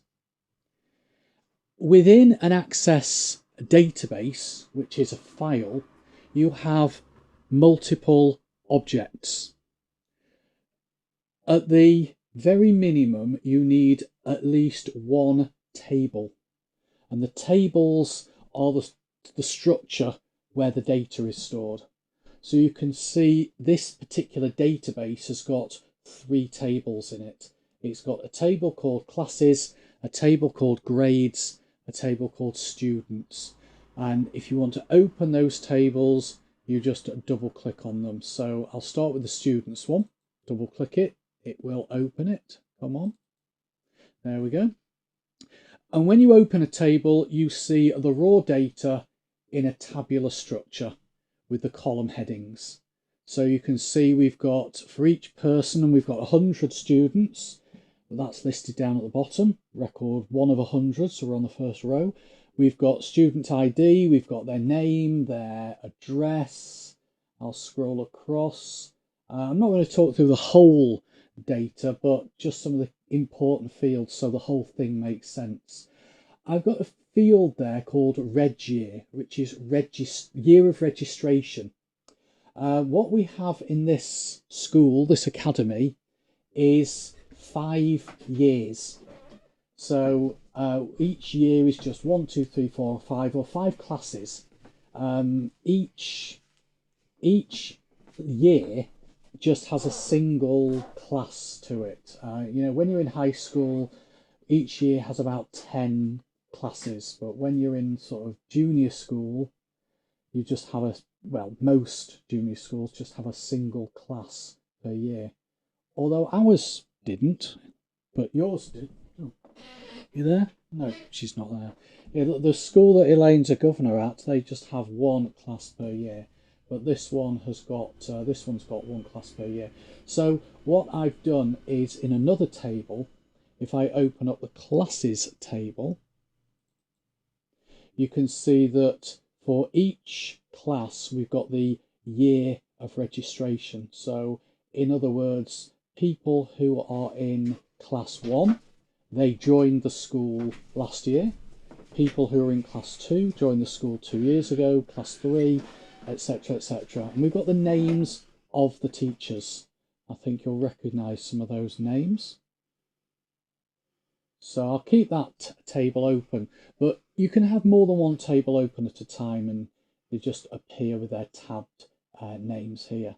If I go back to the students table, each student has got a grade, and that is what grade they achieved last year. And it's between 1, 2, 3, 4 and 5. Now, if you want to know more information about the grade, that information is stored in the grades table. So if the student achieved a grade 1, they had spent too much time on Facebook. If they achieved a grade 2, they need help. If they achieved a grade 5, they're outstanding, etc. So what I've done, if I go back to the students table, and I've also got a column called leaver. So the idea is when they leave the school, we want to keep their record on the system. So we just mark them as having left. There's two options you've got if you record from the system. You either remove it from the system, but then it's gone. Well, actually, there's three options. You could either remove it from the table totally, so it's gone. So Kira Farrell leaves the school, delete the record. Or you could mark that person as having left. Or you could move that record to another table. So you could set up another table, identical structure to this, and then move that record to that other table. The other table would be X students, something like that. So let's close these tables down. But that's the structure of this database. Are others having audio being choppy? I can only assume it's YouTube. Down here we're down to 44, so oh, I think YouTube might be having a night. That's not good. No, but it will. I can always get a better replay if necessary. Okay, I will carry on. So as I say, at a very, very minimum, you need at least one table in your database. I'll close down this table, this database, and I'll open up the other database that I set up called HR. In this database, I've got two tables. Now you'll notice that we've got different symbols here. This table is actually embedded in the Access file, whereas this table is linked to an SQL Server database. So I've got 30,000 employee records stored in an SQL Server database, and I want to display that information, or I want to have that information available in this Access database. I don't want to copy the data across, because then I'd have the data stored twice. I'd have it stored in my SQL Server database, which is an enterprise level database from Microsoft, which can support thousands of users hitting it at any time. It can support a lot more data than Access can support. It's basically more robust. I call it the granddaddy compared to Access, so it's the granddaddy of databases. But I don't want to actually import the data in, I just want to have it available. So if I open that, what it's doing is it's pulling the data in. If you're wondering why I'm using Access to display that data, that'll become clearer a little bit later on. You may also be wondering why I've called the tables with a TBL prefix. Is there something special about that? There isn't, but you should have some kind of naming convention. You don't have to use TBL, but that has become the standard over the years. There's the guy called Stan Lazinski, who is a database consultant, and he came up with a naming convention where you put TBL at the beginning of a table name, and that identifies it as a table. It doesn't make it a table, so you could put Mike at the beginning. TBL is just part of the naming convention. It's become a standard across the world. Some people have their own naming convention. I remember many, many years ago when I first started using and teaching Access, there was a guy at the company where I worked, and he was showing me something he'd done, and he put T dash at the beginning of his table names. So as long as you have some kind of naming convention for consistency, that's the recommendation. All right, so let me close that down, and the reason that I've got a lookup table will become clear again later on. So there are different reasons for having the different tables. But as I said, ultimately you need at least one table. Now, if I go back into my students database, I could have had all of the data in a single table. Neil, you use TBL and the rest in capitals. Fair enough. As long as you've got some kind of naming convention, that's fine. What I tend to do is use TBL, but don't put the rest in capitals. I have a capital letter at the beginning of the word, and if the word is made up of two, or if the table name is made up of two words, like students this year, well, that's three words, then I will have a capital S, a capital T, and a capital Y. So I'll use what they call camel case. Okay, so your reference tables start with ref underscore, Paul. Yeah, certainly that's a good naming convention for me. But if I open up this student's table, I've split the application into three separate tables. Why? Why have I split the application into three separate tables? Why didn't I just have the whole lot in one table? And the answer, unless anybody wants to put what they think in the chat, why have I split it up into three tables? This comes to database design. This is not just to be awkward then. Not just to be awkward, no. No. You've got to give them at least 30 seconds to catch up. Yeah, I'm giving them 30 seconds. Neil says the audio's much better after he refreshed. Looks like YouTube are having a moment. Yeah, to relate the data. And as you said, Deb, too big, different types of data you can use in other tables. Exactly. Those answers you've given me are all correct. I guess I would summarise it by saying you don't really want duplicate or redundant data. So as an example, if we take the grade column, we know that each grade has a meaning. You can see that from that grades table I showed you before. So let's just take grade 4 is not bad. If I wanted to have a description against each student who had grade 4 of not bad, and I had a column here, then I would have not bad written against every student where there was a 4, and that would increase the amount of data that I was storing. So by creating the structure of the whole database and breaking it down into multiple tables where you can link those tables together, then you're not going to duplicate data.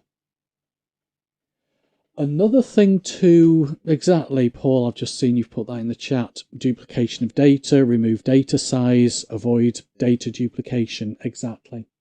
Another thing to think about when you're building your database and you're building your table structure is data that could be calculated should not be stored in the table. Good example of that would be age. We've got somebody's date of birth.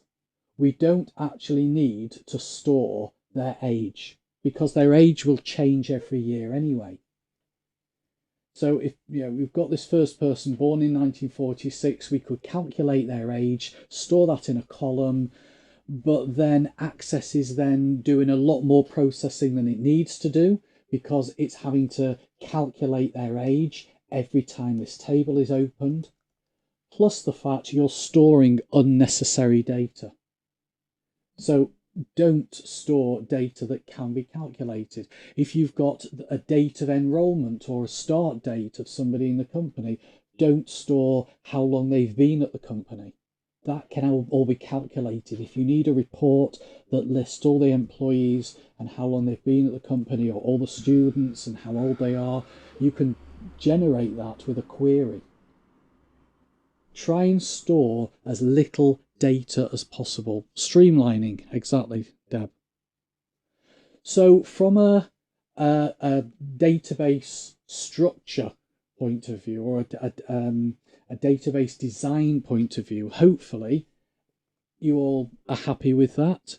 If you have questions, if you have comments, stick them in the chat as always, whilst I just take a quick drink. There are two types of database. There are relational databases, which is exactly what this is. I've taken an entire application and broken it down into multiple tables. I've chosen to do it over 3 tables. Could have probably done it over more than 3 tables. The other type of database is a flat file database. And with a flat file database, you have one table. Now, the HR database, although there are 2 tables in there, you could say is a flat file database. We'll ignore this lookup grade table. It's there for a specific purpose. But if I open up this table, we've got a load of information about each employee, and there are no other tables to link to. So, as an example, let's say that your salary was dependent on your grade. What we should really have is another table that lists in one column the grades A, B, C, D and E, and against each grade the salary. And that way we wouldn't store the salary in this table against each employee. Now, in this particular case, the salaries are not dependent on the grade. But it is quite legitimate to have a flat file database if you need one. I'm not saying always have a relational database. It depends on the situation at the time and what your requirements are. So there's your 2 types of databases: flat file database, where all the data is stored in a single table; relational database, where you have multiple tables and the data is split across the tables, as long as you can have some kind of relationship between those tables. If I go back to the students database, I've got my students table, my grades table, and my classes table. How can we link those together? Well, on the students table, we have got a year of registration, and that can link back to the classes table with the year of registration. And we've got the grade column, and that can link back to the grades table with the grade column. And Access can actually show you those relationships, and you build those relationships within Access by going to Database Tools and Relationships. And that shows you in a nice visual way the relationships. Now, I'll actually show you how to build those relationships because they don't build themselves. So let's close the tables down.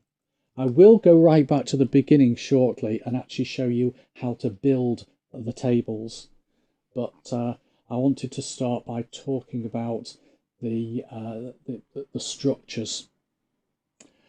So if I go to Database Tools and Relationships and I just delete these three tables from the relationship screen, literally by clicking on the table, pressing the delete key, click on the table, pressing the delete key.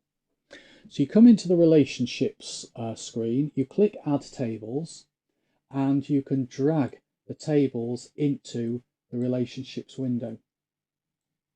And once you've done that, you then need to identify, well, in this particular case, it has actually linked them, but that doesn't always happen. So let me just delete the relationships by highlighting the link line and pressing the delete key.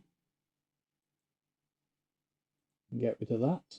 So if I wanted to relate these tables together, what I need to do is identify which fields I want to link on. And as I've said before, we're going to link the students table to the grades table based on grade equals grade. So just literally drag across to there and click create. And I want to link the students table to the classes table based on registration year equals registration year. If I want to rearrange the layout of that, I can do, just to make it easier to understand from a visual point of view. And what that kind of tells us is that the student is the main object. Within this application, student is the main object, and coming off the students are the grades, and coming off the students are the classes.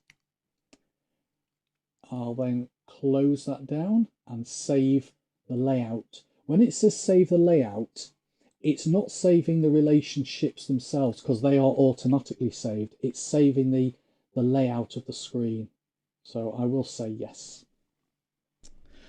Okay, so those are your tables. Now, there's other things that you can have in an Access database as well as tables. Queries are the other main thing that you have in a database. A query is a set of instructions that tells Access that you want to get certain information out of your database. It could be certain columns you want displaying, you want certain rows displaying, you want the data displayed in a certain way. And once you've set up a query, you can save that query by giving it a name. You can see all the queries that I've created, their names begin with QRY. Again, that's a standard naming convention that's been developed over the years. People like Neil said, he has his own naming convention. Do you use QRY, Neil, for queries, or do you have your own naming convention for that?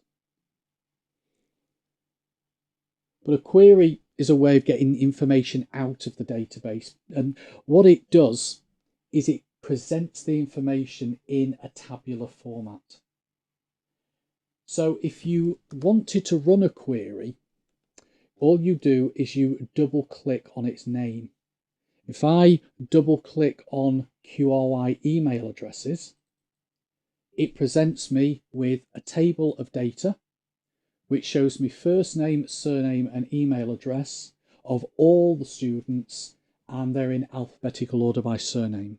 So the instructions behind the scenes for that query say, give me a list of all the students' first name, surname and email address in surname order. A query itself doesn't store any data. A query is literally a set of instructions that says, give me the data and this is what I want. Queries are actually written using the SQL language, SQL language, and I know some of us talked about that a couple of weeks ago, and I'll cover that in a future session. But creating a query, you can either write the SQL code yourself if you're so inclined, or you can use a nice friendly interface. And I'll be showing you the nice friendly interface today, but I might switch to the SQL view to show you. So the idea of a query is that it doesn't store any data, it's just a set of instructions, and then when you run it, it goes off to the table or tables that are referenced in the query and grabs the data that is in there at that moment in time. So if we added a couple more students to the students table and ran that query again, we'd then get 102 records. Or if a student left and we deleted their record, then ran it again, we get 101 records or 99 records. And if someone changed their email address, we'd update it in the students table and run the query, and the new email address is listed there. As you say, Neil, queries are very, very powerful. They're the key to the power of Access, because if you're not going to use queries, you might as well use Excel to store your data. One of the other benefits of Access is the amount of data it can store. I know I've just said you could store your data in Excel if you just wanted list-based data. It depends on how much data, because I know Excel has 1 million rows in a worksheet, but from a realistic point of view, it can't handle that much data. So if you have got thousands and thousands and thousands and thousands of rows of data, then either use Access or use the data model in Excel. So let's close that query down. We'll go into the design of queries a little bit later on. I'm just showing you what a query can do. Another example of a query is this one here, student addresses.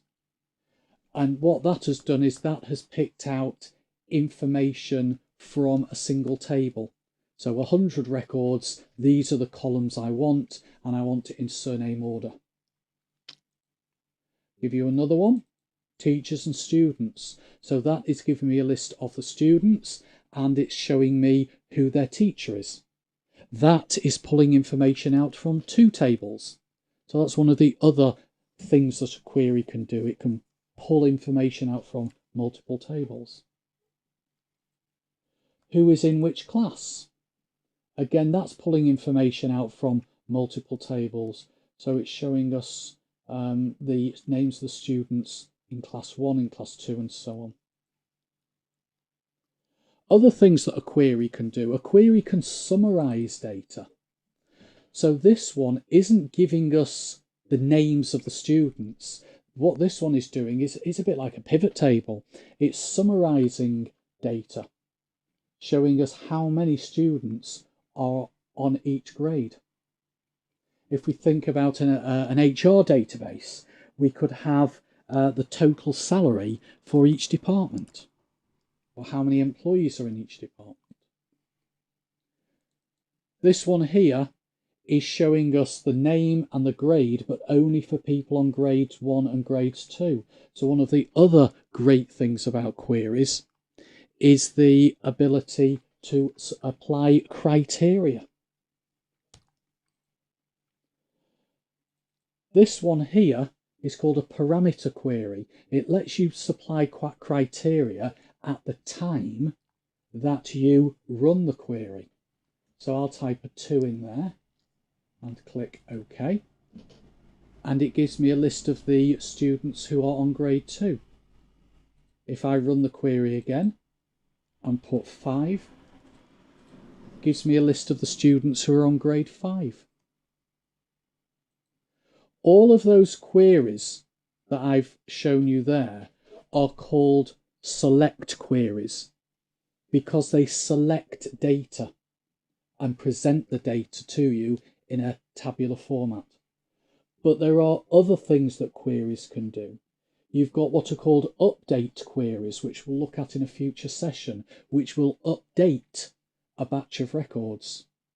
So, for example, if when we come to the end of the school year in June, July, although it probably won't be June, July this year, and I want to mark all the people who registered in 2015 as being a leaver because it's their year that they will be leaving. If they started in 2015, they'll be leaving this year. Instead of me having to go through and put a tick in the box where it's 2015, I've got a query that will do that.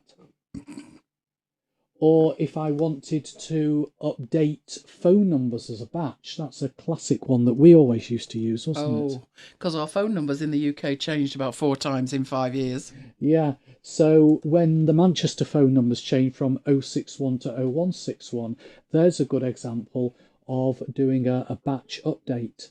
So that's an update query. You've also got a delete query where you can delete a batch of records based on a criteria.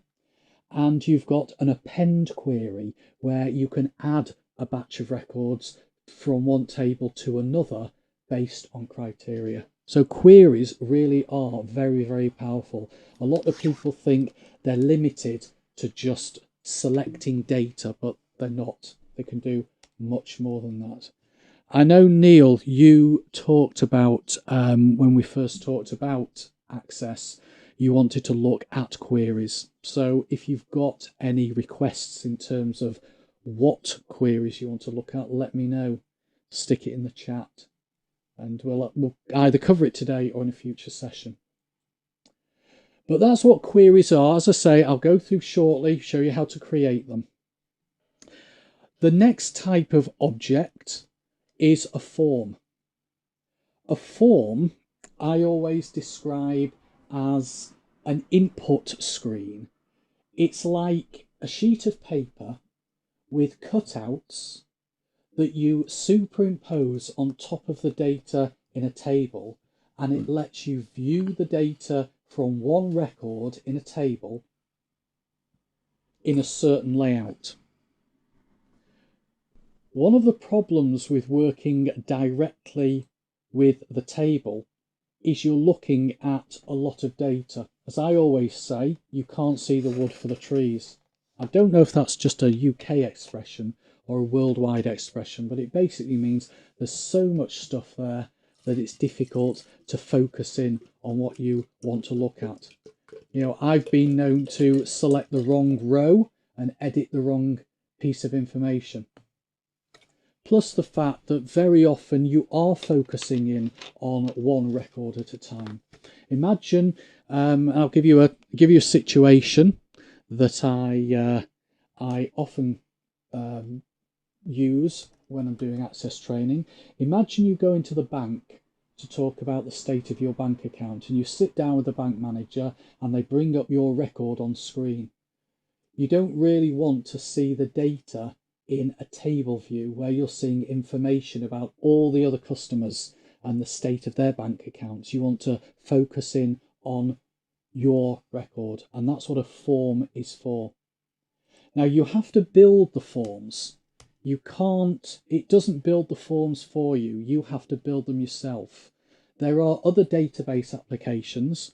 An example of that is DataEase, and we talked about that several times in Marooned over the past few days. But with DataEase, it built a form and a table. With Access, it doesn't. You build the table and then you have to build the form. So I've created a form called Students. I have linked it to the Students table. Just because it has the name Students doesn't mean that it is automatically linked to the Students table. And if I double click on it, can't see the forest for the trees. Very similar, isn't it? If I open it, then what it's doing is it's displaying the data from record 1 of the students table using this layout. So forms themselves don't actually store any data. A form is an input screen or a viewing screen that when you open it, it opens up the underlying data and pulls it through, and you can use the navigation arrows down here to scroll through the records. You can also use it to edit the data. So if I change some data, let's say I change some data for Taylor Manning to, let's say, Taylor Mann, and that record has automatically been saved. That's the other thing with Access. When you change data, it automatically gets saved. And if I close this down and open up the underlying table, we will find that Taylor Manning is now Taylor Mann. So the data isn't stored in the form. I'll show you a better form design. So I've done this in the HR database. Let me open that one. And I've got two forms. Both forms look very similar, but one has been set up to be a data entry form. The other one has been set up to be a edit and viewing data form. But let's just open up that form there by double clicking it. And this is a much prettier form. So this gives you an idea of the kind of things you can do. If I open up this form, this is just a data entry form for entering information about new employees. So you can see I've laid it out in a much more colourful way. I'm sure you would have things to say about whether it's aesthetically pleasing or not. If I don't look at it, its aesthetics don't bother me. That's how I feel with icons, but I seem to have been outvoted tonight. Yep. Never mind. One benefit of forms is you can have things like drop-down arrows, which you can't have on the tables. And that list has actually been generated from that table there. So I said I'd come back and mention that table. That table has been used for nothing more than generating that list. So think of a form as a friendlier way of working with the data for inputting, for editing, for viewing data. You can have calculated fields on there, so you could have an extra field that calculated the average number of days somebody's been absent over the last 3 years. And that data will not be written back to the table. The data will just appear on the form. And that's what I was talking about earlier when I said don't include unnecessary data in the table. A lot of data could be calculated. You've got somebody's date of birth here, so you could stick a field here that says age, and that will then be calculated automatically as that person's record is displayed. So yes, Kim, you use the form to add data to the table. There's a couple of ways of doing that. I will go to the Academy on here. If you look at the bottom of the screen, there's a little button with an arrow and a little yellow asterisk. Clicking on that will give us a new blank record. You can also do that by clicking the new button at the top. If you were in the table, you would whiz down to the very bottom. There's always a blank row at the bottom of the table, or you could have clicked on that little button there and that would have taken you down to the next blank row. So unlike a spreadsheet, you can't insert the record somewhere in the middle. It has to go at the end. And then you just type the data in. So if I typed the data in to here through the form, if I put MacBites Academy -200, Mr. Mike Thomas, 25 High Street, Manchester, M1, just make up a postcode, email address, date of birth,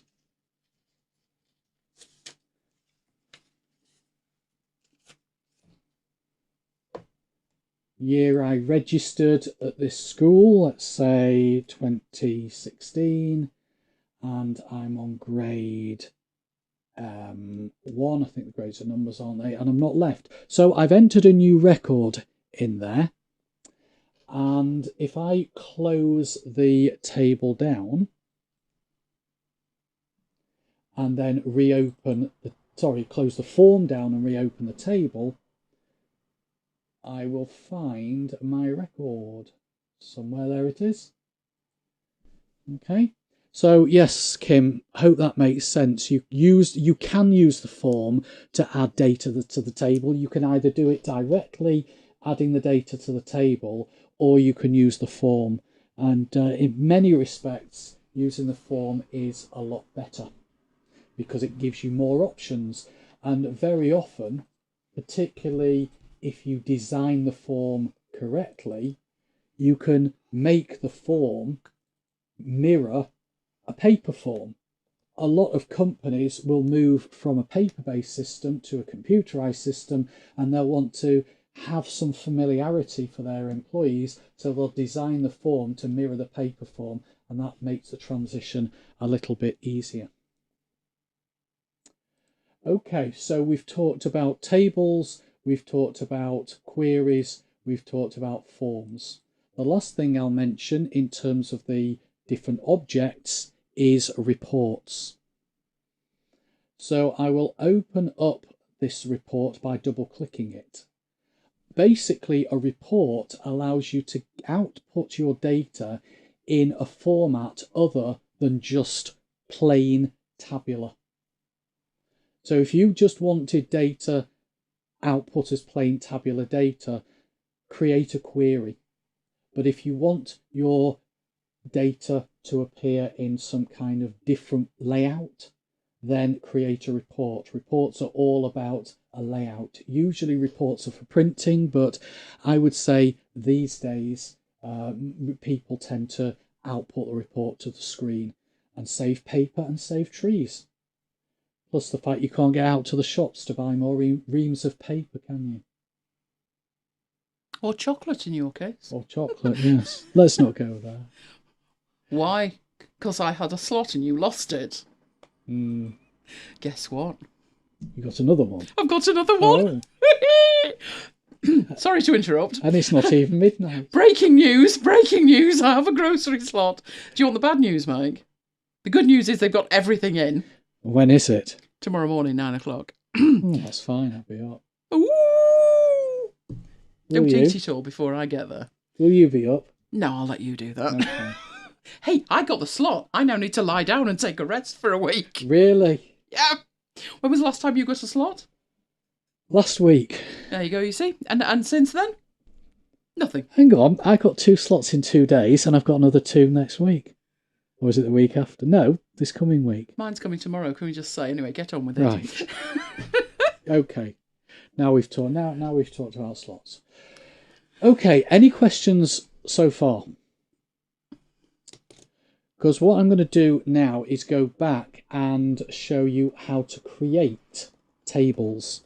In fact, I'll go further back than that and show you how to create a database from scratch. Because I know Deb talked about starting totally from scratch. To create a database from scratch, you actually needed to run Access. And it's Deb's birthday, so I have to start right from scratch. So run Access. There are some templates, some predefined ones. Don't think nutrition tracking would be very relevant Don't use that right now, would it? No. Chocolate tracking, maybe. Wine. Or wine. I haven't had any wine for a few days. I've got. Mike, you can deny it as much as you like. They've seen the picture of the wine delivery. I said I haven't drunk any. I was just about to say there may be 4 bottles downstairs. There are. And if Nina could have carried more, there would have been more. I'll let you into a secret. Go on. Well, it's not a secret. I was going to open one before. But you didn't. But I didn't. So that'll be tomorrow night on Brooklands. Yeah. Yeah. Along with the Toblerone if there's any left. Anyway, I digress. Kim wants a picture of what Angel Delight looks like. You will get one as soon as it gets here, and I've got some milk to put in it. Right, let's get back to Access. I've opened Access, and rather than using one of these templates, because in my view, they are often more trouble than they're worth in terms of, yes, it's a starting point, but you end up making so many changes in most cases that you might as well start from scratch. So I'm going to click blank database, I'm going to give the database a name. Remember, the database is the actual file. So I'm going to call it MacBites After Hours. And I'm going to choose where to put it. So I will stick it on my desktop. And click Create. Now, when you create a database, Access says, right, well, what you actually need to do now is create a table. So it gives you a table. But when you build a table using this method, you basically create the column headings. It's really like opening up an Excel file and just typing in some headings across row 1. And then you'd have to go back and define the properties of each column. So what I always do is I close this table down and I do it what I call the proper way. So yes, it's nice that Access gives you a starting point, but I just don't use that table. What I do is I go to Create Table Design. Don't go to Create Table, because then you end up with exactly the same thing we've just had. Go to Create Table Design. And then what you do is you define the fields, and it's a little bit more than just typing in the field names. You need to define for each field the field name, the field type, and there are some optional properties. So let's say we are going to do a table like another HR table. So I need an employee number. So I'll just put in here employee ID. And I will make that, now it could be a number field if your employee IDs are numbers. It could be an auto number field where it generates the next sequential number. So the first record that's entered is employee 1, the second record that's entered is employee 2, the third record is employee 3, etc. So if you wanted to generate numbers automatically, you could say use an auto number. But if your employee ID is a mixture of letters and numbers, like it is where I work, I would go for short text. With short text, you can use any characters and you can have a maximum of 255 characters. We really don't need 255 characters. If each employee has an employee ID of 10 characters, then let's make it 10. Now you might say, well, why don't we just leave it as 255? Because it reserves that amount of space on the disk, even if it doesn't get used. And if you had 10,000 records, that is 10,000 times 255 bytes just for that column, even if it doesn't use 255 characters. So set your field sizes accordingly. I think the girl wants to go out. Madam me dealing with. The next field I will put first name, and I'll just type it as first name like that. And I'll make this short text, but I'll make this one 20. Now, one thing you'll notice is that I am not putting spaces in my field names. You can do, there's nothing wrong with doing that, but convention says that you don't. And the main reason is if you ever get down and dirty with having to do any VBA programming, because Access supports VBA, you've got to remember to put any field names that have spaces in them in double quotes. And it can all get a little bit messy. So you might as well not have spaces in your field names. The other thing a lot of people do is they also use a naming convention on field names. So if the field is a text field, the actual field name is TXT and first name. If the field is a date time field, then they put a prefix of DTM. I personally don't go down to that level of detail. Some people do, some people don't. It's entirely up to you. Okay, the next field I will put surname and make that a short text, and we'll make that a maximum of 30. You can always come back and change the field size if you need to. You can make it smaller, you can make it bigger. We'll have a date of birth, and I'll make this one a date time field. Now with a date time field, you don't specify a number of characters. You specify a format which you can choose from that list there. And we'll have a salary field, and I'll make that a currency. So that is as far as I'm going to go, because I'm just giving you an idea of how to put a table together. When you're doing it, for yourself, you're going to have, I would hope, an idea of the sort of fields you need. So I suppose, Deb, for genealogy, it's going to be things like name, date of birth, date of death. I can't think of any more off the top of my head. Marital status, etc., etc. I'm sure you've got more idea than me on the column headings. Neil, I presume for yourself, if it's going to be student information, it's probably going to be along similar lines to the students database that I've done, students table in the other database.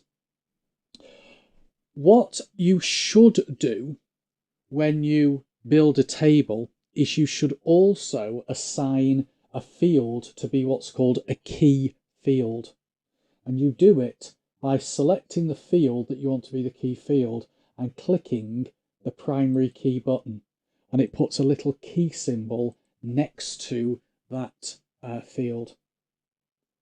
You can change your mind by taking it away.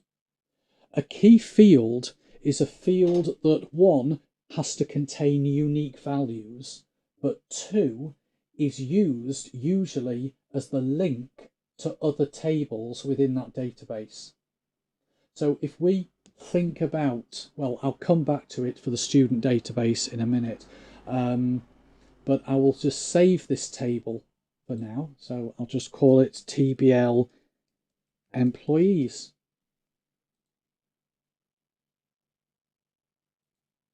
Close it down, and there it is. And then you can double click it if you want to put the data in. But yeah, if I go back to the students database and I wanted to see the design of these tables, I right click on the name of the table and I choose design view. And that shows me the design of this table. So you can see that we've got the student ID, the title, the first name, the surname, and you can see the field sizes I've defined, the date of birth as date time, the grade is a number. Now you'll notice that I've put the number as a byte. There are different types of number: byte, integer, long, single, double. I'm not going to talk about replication and decimal. The important ones are byte, integer, and long integer. If you set a field as a number field and then you choose byte, what you're saying is the value that goes in that field for each record has to be a whole number between 0 and 255. Well, seeing as our grades are 1, 2, 3, 4, and 5, that fits.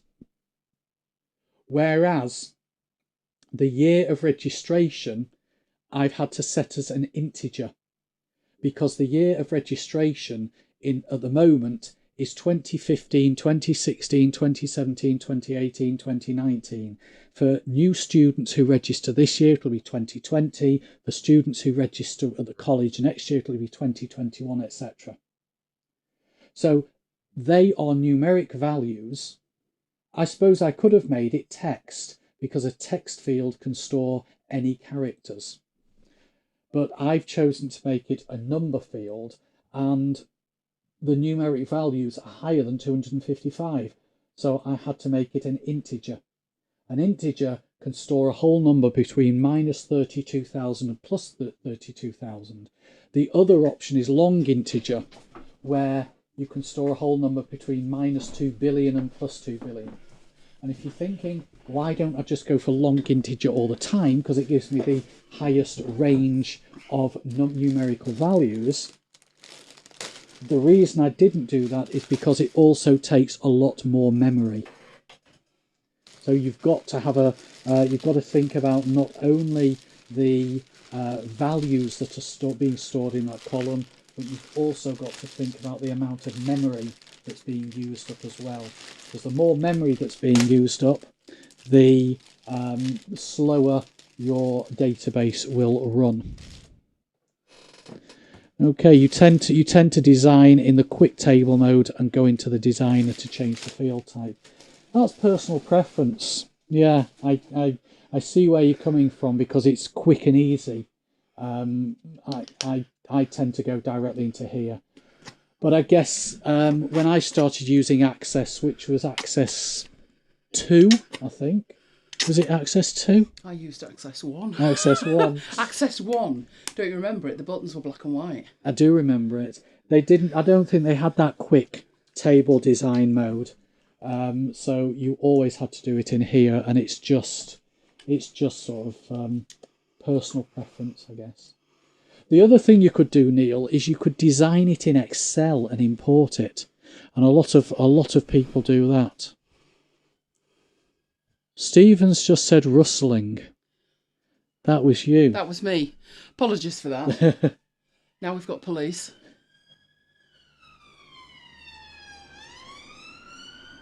Yep. Yeah. Police van. Blues and twos on. Yeah. So that is designing tables. Oh, Neil bought Access 1 in 1992. Oh, the year we started going out. Yeah. Right. Any more questions on table design before I go on? Hopefully you're finding this useful as well, Deb. Yes, Deb's already said so. Good. All right. So let's have a look at queries. If we just take an existing query, so what's Deb putting? Bad boys. Boys. I know. There'll be somebody having a party somewhere, I'm telling you. Right. Tried to work out what Deb's saying. Never mind. Well, they're not on their way to McDonald's for donuts because they're closed. I thought they were open for deliveries. Not till next week. Oh, okay. Are people that desperate for a burger? Yeah, I think they are. Okay, queries. Let's look at queries. Is there a Mac, before we look at queries, is there a Mac equivalent to Access? Would you say FileMaker's an equivalent to Access? Yes, in terms of it's a database, but it's heckishly expensive. It's activated, and when you build a solution in it, rather than just needing like FileMaker, as with Access, you'd need Access unless you make a self-executable. Is that still doable? I'm not sure. They would actually, you have to have a license for the number of seats you're rolling the database out to. So yes, it's a good analogy, but it's so expensive. Now there is another one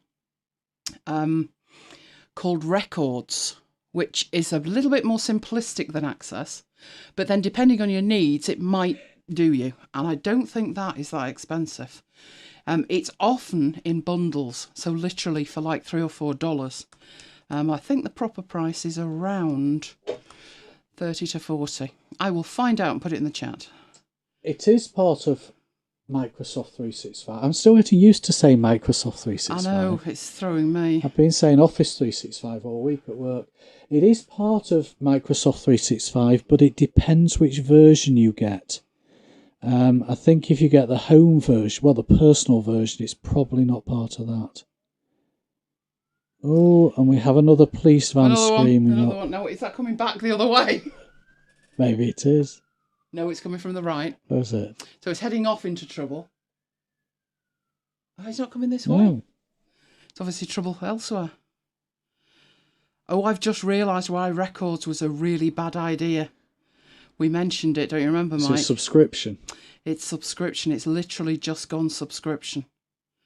Let's have a look at the price of it. It is an in-app purchase. Airtable, Deborah. I know you use Airtable a lot. We've talked about that many times. And yes, the access principles apply. As Elaine said at the beginning, database is a database is a database. It's $13.99 a year. Is it a legacy program? It's not a legacy program. It's been around since 1992, but they do update it every time they update Office. So this is the latest version. So Access, is definitely not a legacy program. It's up there. It's modern. It's part of Microsoft 365. You were saying it's not in the home version? No, I said it's not in the personal version. Is it in the personal version? I'm just about to check because I thought it was. It wasn't at one point, but they do keep changing what they're putting in there. That is a very good point. Let's have a look what it says. Word, Excel, PowerPoint, but I can see the Outlook icon. So I'm assuming what I can see is what's in it, in which case, no, it wouldn't be. But the price difference between personal and home is about £8, and the difference is huge. The difference is the difference between getting 1 terabyte of cloud storage and 6. So I would never, ever recommend the personal version for anybody. There is really no need to. Oh, it is in personal, Deb says. I thought it was, but I don't see the icon. That's good to know. Tap forms, tap forms. I wrote a blog post about tap forms. You did? Many years ago. Bento was probably the best for the Mac. There are a number of apps for the Mac which will read Access database files. I think some let you edit the database, the data as well, but they certainly let you read it. And I did a blog post about that after to fish it out. But yeah, let's get back to queries. So if you wanted to see how a query was constructed, or if you wanted to edit a query, or if you wanted to create a query from scratch, let's have a look at that. So let's start with the query called teachers and students. No, because that's pulling data from multiple tables. Let's look at student addresses. So if I double click that query to run it, I get a certain number of columns, and I get the data in alphabetical order and surname, and I get 101 records. But why is Access giving me that data? Well, if I right click on the query and I go to Design View, this is what a query looks like. You see the name of the table that the data is being pulled from in the top half, and then you have the query grid in the lower half. So we have title, first name, surname, etc., etc. If you needed to edit the query, let's say we decided that we didn't want the postcode, I can hover my mouse over postcode, click to select it, and press the delete key, and it's gone from the query. If I decided that I wanted to put the surname before the first name, I can hover over surname, point my mouse so it's pointing to the left, and drag it before first name, sorry. Then save the query, close it down, and double click it to run it. So that's what a query is behind the scenes. It's a set of instructions. How long have I been going? An hour 10. Right, okay. I'll carry on then. What if you wanted to build a query from scratch? Then what you would do is you'd go to Create and go to Query Design. There is a query wizard, but I would tend not to use it because it is quite limited in what it can do. So I always go for Query Design. Then I will choose the table that I want to build my query on. So I'll go to tables over here on the right. And in this example, I will drag in the students table. And then I'll drag the columns into this grid. So I'll drag in title, first name and surname and telephone number. So I'll leave it at that for the moment. And once I've dragged those in, I want to test the query out. And to do that, you go to the Design tab and then click on Run. And that has given me title, first name, surname, telephone number. It's given me 101 records, so it's all the records from the students table. And it's output the data in the order that the records are stored in the underlying table. Now, I'm not quite where I want to be, so I'm going to switch back to the design of the query by clicking on View, Design View.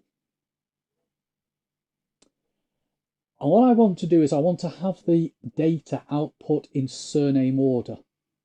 So on the sort row over here, I'll click in the surname column on the sort row, click the drop down arrow and choose ascending. And then if I run the query again, I now get 101 records, but the records are sorted in surname order. Go back to the design view. I could leave it at that. In fact, I will leave it at that. So my boss has asked me for a list of names and telephone numbers. So what I've done is I've run the query. I've then either printed the query off, file print, or I can export that to Excel. I can go to external data and click on Excel there in the export section. And that will export the 4 columns and the 101 rows to Excel. And then I can close the query down and not save it. And then the boss comes back to me and says, you know that query, well, but probably wouldn't call it a query. You know that report you set up last week? And that's when the confusion appears in my brain, because my boss calls it a report, but a report in Access means something else. And that's a true story, because one of my ex-bosses used to do that, and she should have known better because she used to teach Access.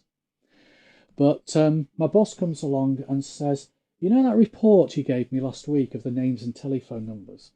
You couldn't do it again for me, could you? So you swear and curse, and because you didn't save the query, you've got to set it up again. You don't have to save every query.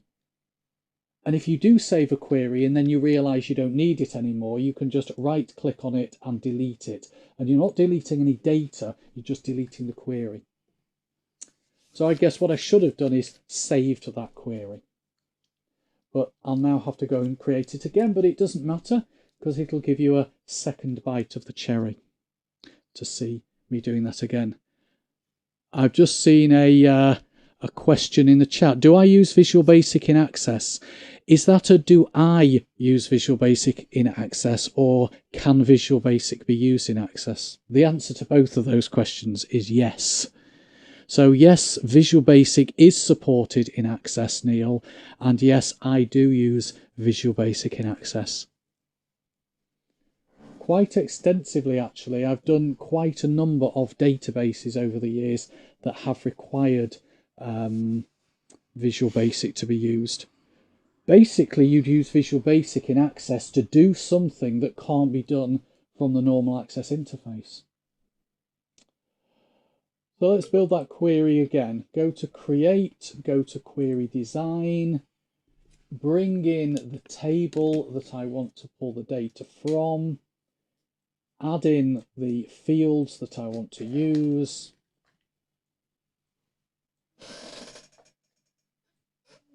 I'll explain what Visual Basic is shortly, Deb. So add in the fields that you want to use.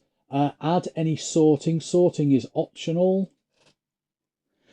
Add in some criteria if you want to. You don't have to add criteria. If you don't add criteria, then when you run the query, you will get all the records from that table listed, so 101 records. Yeah, I'll do something on Visual Basic in a future session. Let's say I wanted to only include the people who were on grade 2. So I'll need to drag the grade column in, and on the criteria row, I type in a number 2. So when I run the query, I now get just the people on grade 2. You can see there's 28 records. So just the people on grade 2. So the criteria row allows you to limit which records are displayed. I could put 2 or 3. And then when I run the query, I get all the people who are on grade 2 or grade 3. You might decide, you might say, okay, I'm going to specify just the people on grade 1, and I'm going to save the query, and the name of the query is going to be QRY students grade 1. So when you run the query, you get a list of the people who are on grade 1. But you know it's the people on grade 1 because that's the name of the query, assuming that you've logically named the query. So then you might say to yourself, well, I don't actually need to see the grade column. You can't just delete the grade column because it contains the criteria. But what you can do is take the tick out of the box on the show row, and that way the criteria still remains, but it doesn't show that column.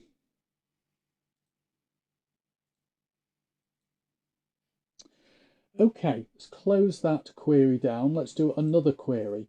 What if I wanted all the people who were born in the 1960s? Okay.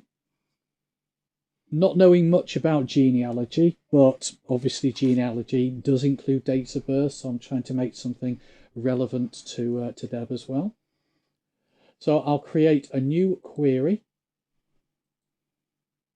and I'll use the students table as the source of the query, and I'll bring in the first name, the surname, the date of birth. I will order the records by date of birth, and for the criteria, I'll make this column wider because it's quite a big criteria. I'll type between 1st of the 1st 1960 and 31st of the 12th 1969. Now when I press enter, you'll notice that it encloses the dates in hash signs. That is just Access's syntax.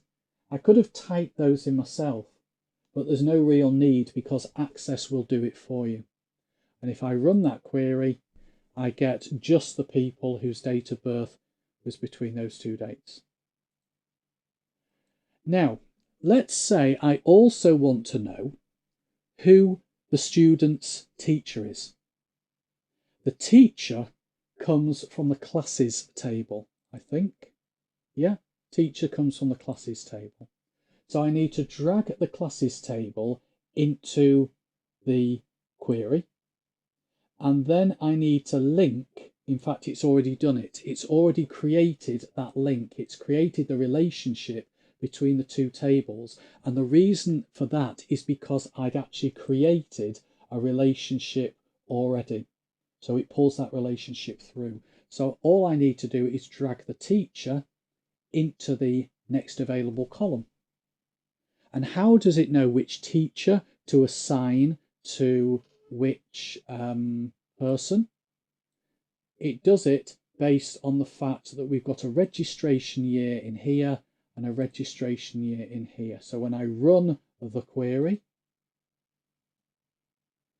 it knows which teacher to give to which person based on the registration year, even though the registration year doesn't actually appear in the query. Okay, so let's go back to the design of the query and save that. And I'll save that as QRY teachers. Okay. Right, so you've answered the Visual Basic question. Thank you.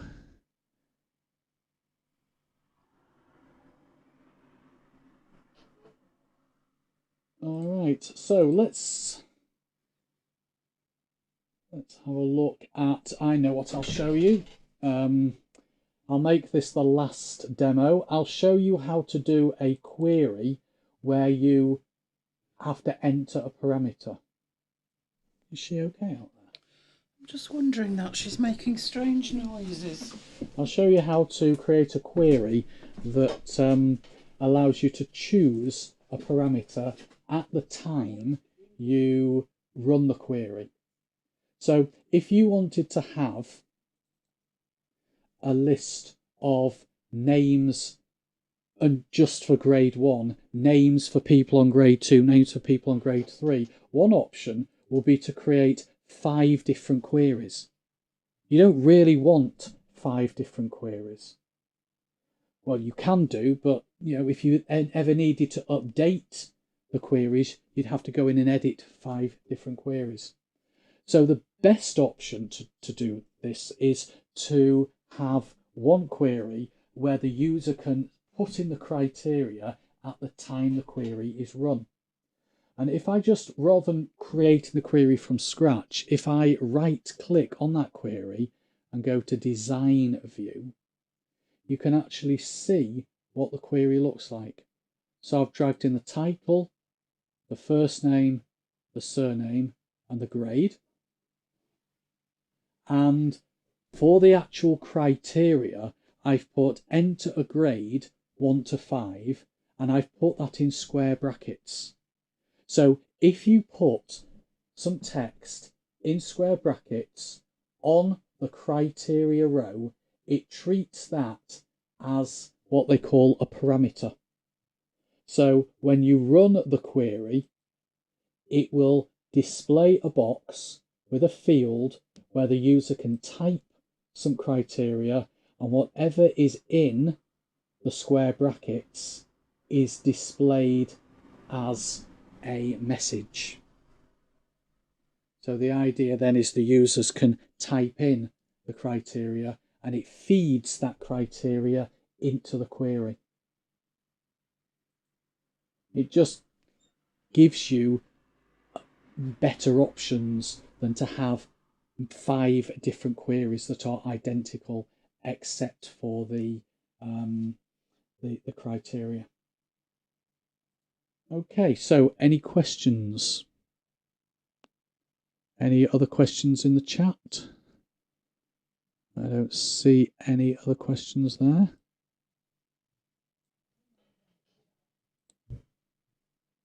All right, well, it's probably about time that I wrapped up this session on Access. Session 1 on Access? Well, yes, session 1. Plenty more to come on Access. We'll look at queries in more detail next week, Neil. So we'll look at other types of queries, the delete queries and the append queries, etc. Any comments on backups? Yes. Depends where you store your database. Let me actually just talk a little bit about that, because the way I've got my database set up, it is one file, and that one file stores all the data and all the queries and all the reports and all the forms. Everything is stored in that one database. One option you've got is to split the database into 2. Within the database, you can go to Database Tools and Move Data, Access Database. What that does is it lets you split the database, so you end up with 2 access files. One will have just the tables in it, and the other will have the queries, forms and reports. So typically what you do is you'd put the one with the tables onto a server, and the ones with the queries, forms and reports you would give to each person. So in effect, that's your front-end client. So if the one with the tables is sitting on the server, hopefully that will get backed up automatically.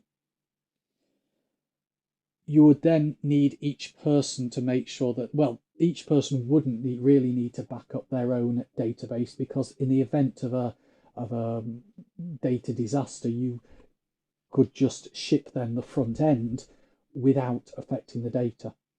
So that's one option. The other option is just to back up the whole thing, because it is a single file. So just literally make a backup of that whole file and stick it in the cloud or somewhere like that.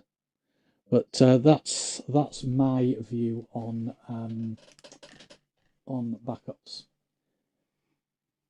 Why doesn't Access have a Mac version? That's a very good point. There must be some reason. It must be like the underlying architecture or something like that. Well, I think the original one came out in about 1990, didn't it? Version 1. Yeah. I don't think they felt it was worth the investment. They played around greatly with the Mac versions of Office apps. They had a version when we first switched to a Mac, which was Office 2004. And then Office 2008 came out and they ripped all the VBA out. Do you remember? I do. The whole lot went. They got criticised to heck and back for that.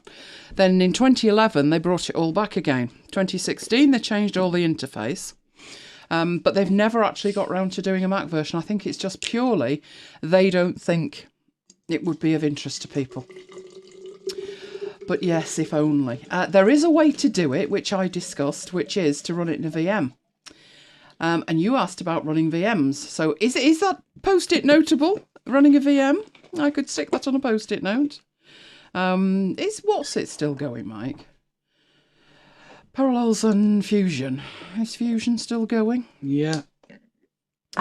Yeah, FileMaker Pro was a huge thing back then. And I think most people would have gone with FileMaker Pro. But since then, the pricing has just been absolutely ridiculous. So I think it's the pricing that is the issue with that. Right, I'm going to try and get my machine back up and running, but I left it alone, seeing as though YouTube are having a moment. So if I can do anything to help YouTube at my end, then I will. Right, let me get rid of all of that and open up my file. Right, let's get back to my desktop, which is over here.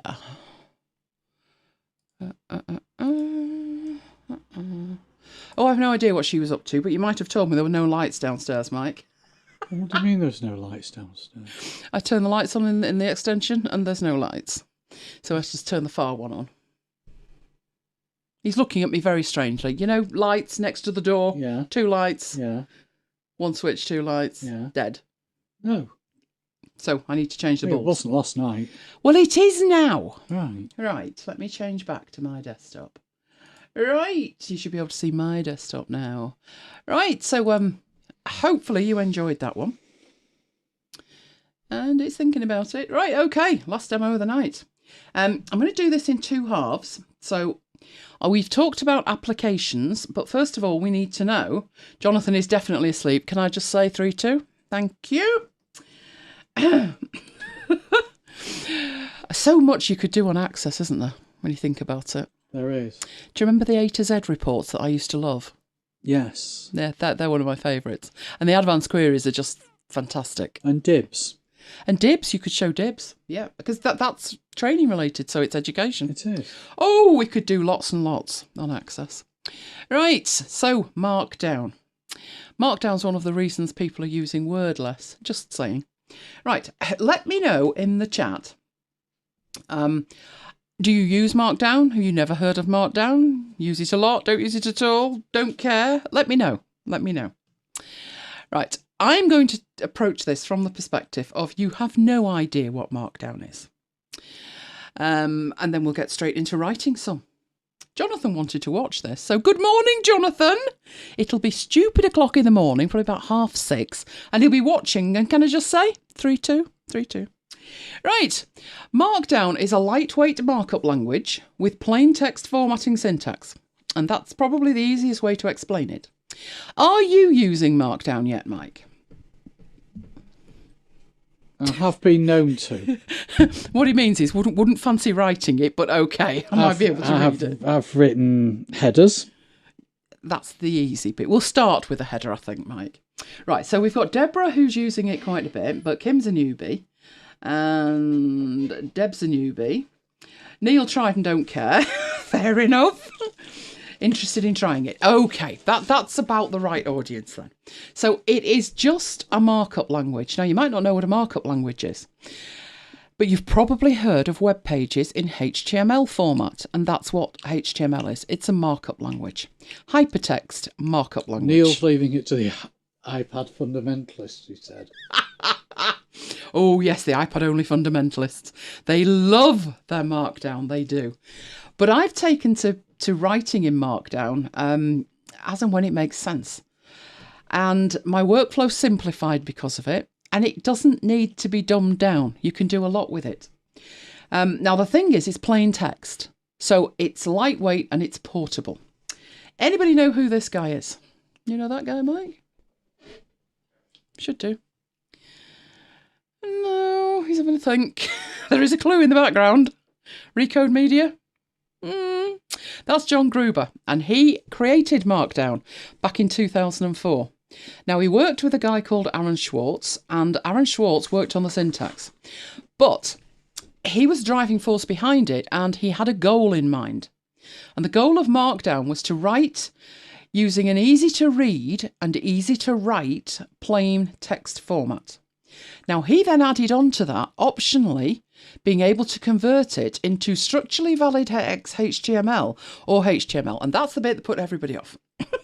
Okay, so can I just say, for our purposes of writing, right, we don't need to think about this business. That's the bit that put everybody off.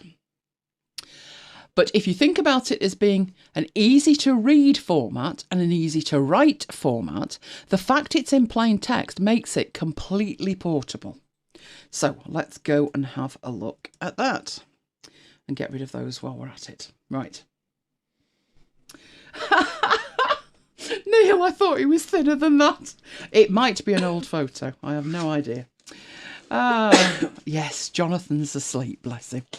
Do you know, I wish we did have a klaxon. And, you know, if he's left his laptop on next to him, we could blast his eardrums. We mustn't do that, no. We must just be gracious and accept it's 3-2 and leave it at that. Okay, so how I'm going to start with this. You can completely just use a text editor. So that's my text editor. I have two. I have Sublime Text and I have BB-Edit.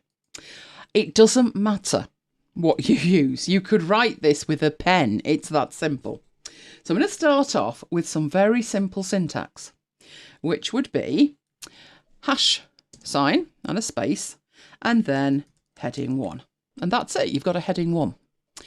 Now, the reason that John Gruber wanted it to be that simple is because at the time he was working on this syntax, a H1 in HTML would look like this. H1. So that is the instruction. That part there is the instruction. Why are you not selecting? There we go. That's the instruction. Then there's my text, which is heading 1. But then I have to tell it, okay, I'm done now. I've finished. So in HTML, you had an opening instruction and a closing instruction, like that. Obviously, the problem with that is it got very complicated very quickly. So we could, we can actually explore this later by exporting it. But yeah, it's as simple as that if you want a heading 1. If you just want to type something in, so my first paragraph. Oh, if I could spell, come on, paragraph of text. It's that simple. You literally just type. The only time you need to put a coded instruction in is when you're changing what you're doing. So that's my first paragraph of text, right? But if I then wanted to say, okay, my favourite apps, then I'm going to want to make a list, aren't I? Maybe my favourite apps, if we think about, instead of putting heading 1, let's actually make this real. So, my tech life. Okay, so this one would be my favourite apps would turn into maybe a heading 2. Now it's a heading 2. Simple as that. I'd probably put capitals if it was a header, but 2 hashtags mean it's a heading 2. If it has nothing in front of it, it's a paragraph of text. Now, if my favourite apps, if I was going to list them, would I list them in order or would I just put bullet points? Well, actually, before we get that far, my favourite apps on what? Is it macOS? Is it iOS? Let's say it's macOS. I'm going to need another heading then, aren't I? A heading 3 of macOS. And now I'm going to list my favourite apps. Oh, I could be here all night, couldn't I? Shall I limit myself? 5 useful apps. Right. In no particular order, but probably the way I'd install them. I'd probably install 1Password first. So because I've put a 1 at the beginning, now it's going to treat it as an ordered list. So I put the second one, which would probably be Alfred. And then probably, I should put the light on, then I can see the keyboard. Drafts, probably. And I also love Scrivener. And what else is kind of, can't work without it? Well, my text editor, let's put Sublime Text. Right. Now, next thing, I'm now going to put my iOS apps. So I was at a level 3. I just type iOS. Now this time, let's say I'm not going to put them in order. I want an unordered list. I just start it with a dash. Simple as that. So on there, it would probably be 1Password as well. And probably drafts, and probably Gmail, and Notion, and there must be something else. Let's tap and find out. What have I got at the bottom? No, it wants to Face ID me. It would, wouldn't it? Firefox. There you go. We'll have Firefox. And that's it for writing that up. Now, the problem is, when you look at that, it is easy to read, but you're probably not going to give it to somebody in that format. That's the issue with it. But I'm going to take you through the rest of the syntax first, just show you it's not just for really simple things. So you want me to put Affinity in? Oh, absolutely. Affinity Designer on iPad is amazing, and so is Affinity Photo. There we go. Right, so I've got the basics in. Now, if I wanted to draw attention to one of those as being like, oh, this is super important, something I'm going to talk about, then, so let's say, should we put something below or pick one of those? Let's pick one of these. Let's pick something like Affinity Designer. Let's say in the finished output, I want that to be bold. Now, I'm in a text editor. I can't just Command and B. That doesn't work, right? But if you knew the secret code to make it bold, then you could just add that in. And the secret code for bold is 2 stars. And now that will be bold. Obviously, it's not bold in my text editor, but it would be bold there. And if I particularly wanted Notion, it does, Neil, and I'm coming on to that. If I wanted that to be in italics, then I put an opening and a closing underline. So now I've got that is italic, the stars are bold, and I carry on. Now, we've already seen last week when we worked with Text Soap that in an email, if you're going to quote somebody, it looks like that. And it's the same in here. Oh, don't get me going on Focused, Neil. Long history with Focused, and it doesn't end well. Actually, it might end well, but it certainly didn't start well. So that is quoted text. And you can do that on as many lines as you want. More quoted text. They're both on setup, so Jonathan's getting giddy. But Neil, so's Ulysses, and Ulysses just rocks your socks off. So it's really simple syntax. There isn't actually much to learn.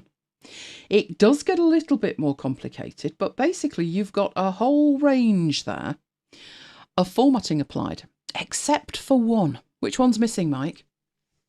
We've got headings, we've got plain text, we've got ordered lists, unordered lists, we've got quoted text, we've got it in bold, we've got it in italic, but what's missing?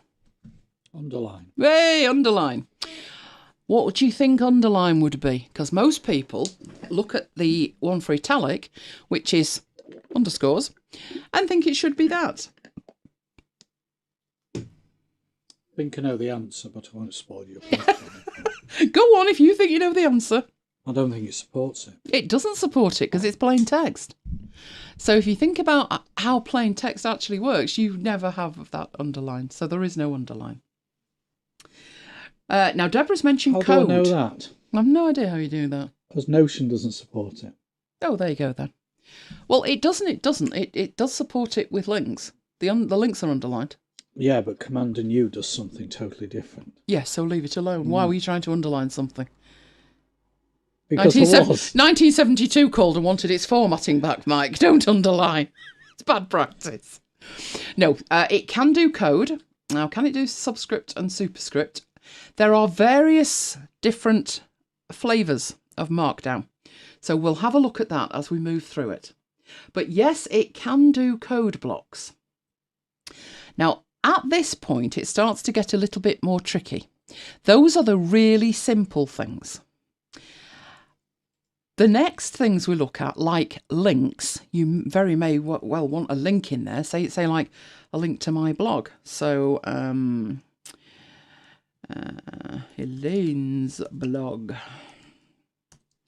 at, and then I'll actually put the URL, all right? But let's say I want that URL there to be an actual link. Now, this is where it does get a little bit more complicated because you need to know what the syntax is. So this takes us back to years in history gone by, where if you used WordPerfect or WordStar, there was a turn it on code and a turn it off code, and you needed to know what that was. Or like a DOS command, you needed to know what that was. Now, I've simplified that greatly. Let me know in the chat if you use a text expander of any description. There's lots of them out there. Text expander is a popular one. Typinator is the one I use, but basically anything.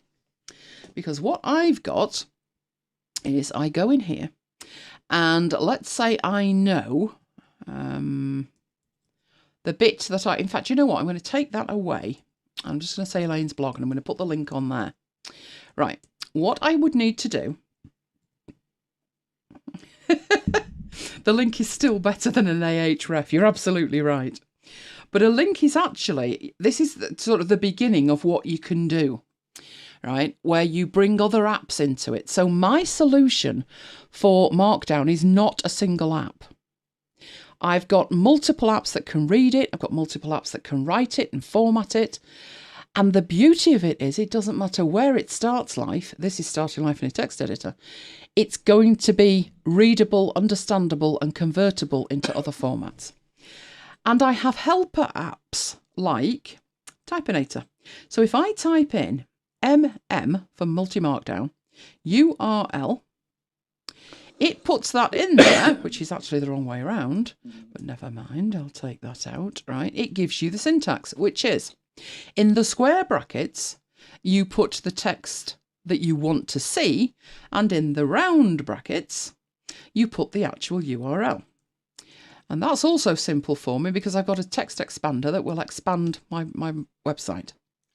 So really straightforward. Now, if you've got the URL, so imagine that you've got your browser up and you've been to the URL. So I'm going to put another URL in there. There's MacBites. And I cut that to my clipboard. And I go back in and do URL. It puts it in, it moves the cursor back to the beginning, and I can then put MacBites website.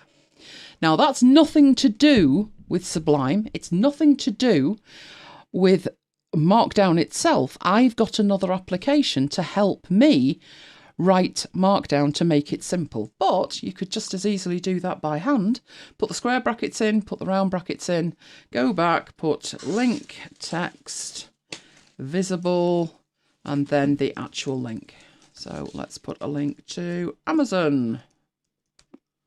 So you can just as easily write it. But once you get into Markdown, you'll want a way to speed it up a little bit. All of the stuff above line 26 is easy. You just put a command in. But once it starts to get a little bit trickier, where I've got to make sure that that's actually right, then you bring into place other applications. Text Expander, back in the day when it was it Textpander? It didn't work. Well, I could make it crash as soon as look at it. So I got on to support and I didn't get any support. So that was me done with it. Then I moved to Typinator. Typinator's not cheap because, well, it's not expensive either. It depends on how you look at it. It's if you want a single license, it's license per machine. So we've got, I think, 10 licenses, so we have to pay 10 times as much. Obviously, we've had it for years and years. We get update pricing. I think we pay about £50 for an update, and that gives us 10 licenses. So it's not actually that expensive. The thing with Text Expander is that's gone subscription, but it has the advantage it's cross-platform with Windows and iOS. But as I said, my problem with it was lack of support. If I don't get support, not happy. The Text Expander support has been exemplary. The guy's first language is German or Austrian, I think. I think the company's possibly in Austria. Marcus told us that, I think. Or maybe that was another company. I'm not sure. But I know German is his first language. And I've had support back within 5 minutes. And when you think, he's got to kind of translate that English in his head to German and then deal with it, then come back. And when the support comes back, it's not the usual, okay, we've got that, we'll see you sometime, never. It's actually, okay, this is what you do. This is the solution. Every single time. That's not just a one-off. I think I've had maybe 4 or 5 times I've gone back with what's happened with this, or this isn't working. One was a Word problem. Word had broken something and he said, I'll put a workaround in. And he did. Literally within 5 minutes and a new version's out, which is amazing. So I don't particularly want a subscription. I'd love something that worked on Windows as well, but I'm predominantly Mac. And actually, if I use Windows in a virtual machine, then my Typinator stuff works anyway. So I don't have to worry about it. Right, so that's the link. Now, you've also got other things that you can put in there. So let me say here that I'm thinking after Firefox that I'd want to put, maybe think about other browsers. Okay, but I don't particularly want that to come out when I convert this into the final product. If you put ++ at the beginning, that's a comment. You can also put ++ at the end and say I've finished commenting now. Okay, so that's a comment. What else did we have? And if it's a block, then you use a slightly different syntax, but that'll do it enough for now. So I'm finished with writing it in a text editor now, because although I can, my life would be easier if I didn't. Now, the only other thing I'll say before I take it out of a text editor is if your text editor supports different formats. So my text editor here, if I say Markdown, all right, I can set the syntax of that plain text. At the moment, that text editor thinks, okay, it's just text. It could be any kind of text. But if I say, oh, by the way, this is Markdown, it didn't actually do much there, did it? Sometimes it colour codes it. So if that was HTML, it would colour code it. But that's not doing much. I would have expected to colour code it. Let's try the other one. See if multi-markdown do any good. Nope, not colour coding it. No idea why. What I'm going to do with it now is take it out of here. So Command and A, and just close that app down. And I'm going to take it into the app that I use. Oh no, I'll tell you what I will do first, just to show you that it will work in a text editor. Right, I will save that file and I will put it on the desktop. Now, while I'm saving it, look at the top of it. It has a hashtag and it says My Tech Life, which should have been a capital T, which I'll fix.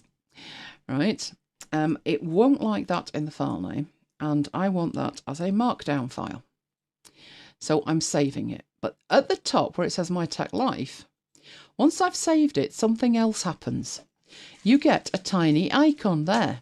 And if you look at that, that's not a Sublime Text icon, it's a Ulysses icon. So why have I got a Ulysses icon on a file I've created in my text editor?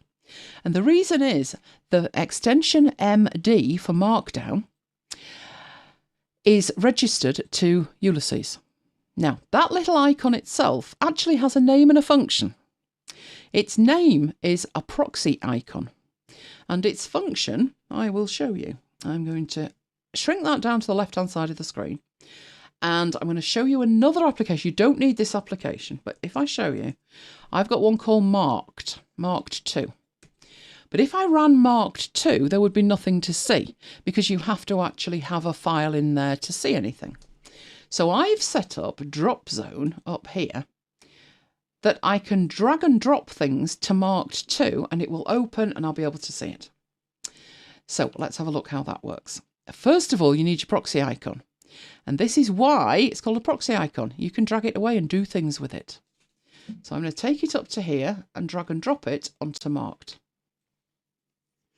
Marked then opens, and there's My Tech Life. Would have been better if that had been right, wouldn't it? But we'll worry about that later. It corrects, even though I didn't even have to refresh it. So what you've got here is this is formatted as a H1, and you can close it and expand it.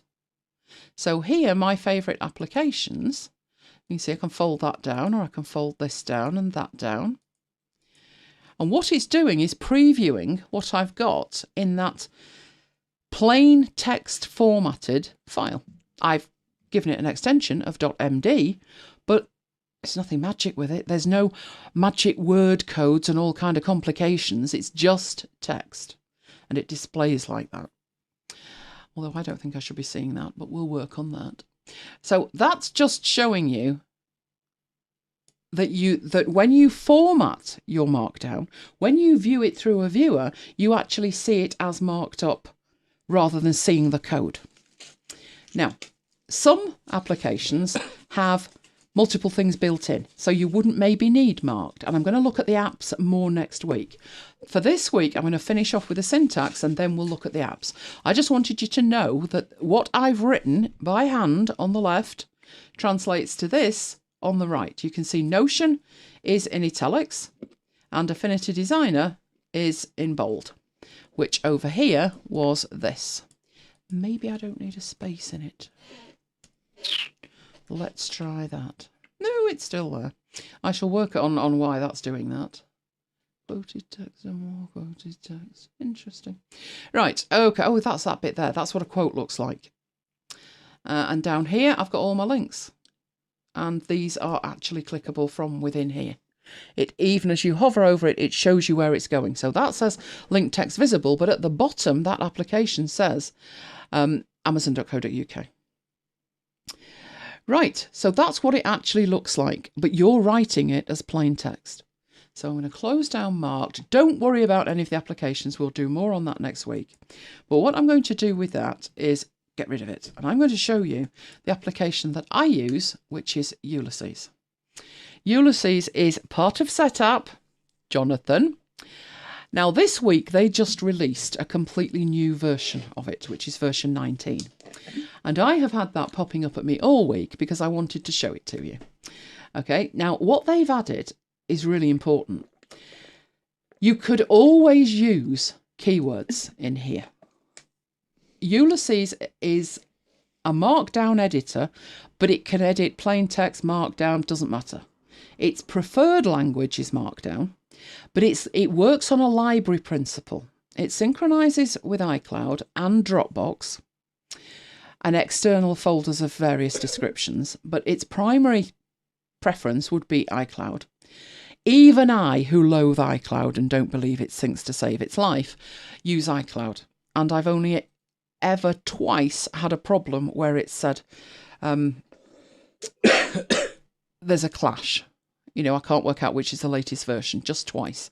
And I've been using it for probably about 6 years. So it's always had keywords to organise its library. You can see here, Marooned at MacBites headquarters published. They're all the same, to be honest, but I'll show you some others. And the other thing that they've literally just added is that you can have sheets, so sections of a document in here, and exclude them from any exports. So basically, your own personal notes inside a folder that's got the rest of your dissertation in it that you don't want included when you export it. So those were the two biggies. So I'll say close this time. Right, so what we've got here, I actually have in here a plain file, an empty sheet. There we go. Don't worry about the rest of what's in here. It's just a way of organising files, and we'll look at it more next time. But I'm going to paste into here what I had. So there it all is. It looks fractionally different than it did in a text editor, because this is going to help me a little bit more. It's going to underline it if it's a title. It's going to make it bold. It's going to make it easier to work with. Plus the fact, when I did those first 5 apps, I had to type the numbers in. But it doesn't matter. Now it will go to 6, 7, 8 as I carry on. So what else is a favourite on my Mac? Well, how about Ulysses for a start? How about Mark II? Oh, I'm getting ahead of myself, Mark III. So basically that will carry on adding to it. And down here, if I were to then add Affinity Publisher, it would also automatically add the bullet point for that. But what's going on in here to make it even better is you don't want to maybe have to remember all of that in your head. And there's so much that it can do. So up here, you have a cheat sheet. And this shows you that in an app like Ulysses, and there are many different apps that will write Markdown for you and give you varying degrees of help. But you'll see in here that the bold is Command and B, and the italic is Command and I. So when I said in a text editor, Command and B won't do anything for you, in here it will. And you can also add a link with a Command and K. So if we've got there, now will that actually work?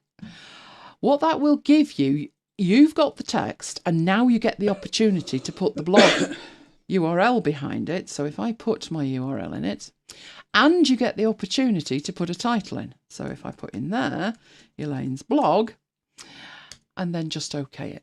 And the difference this time is, look at these. These have actually got the text next to them, whereas this one, it's locked inside it.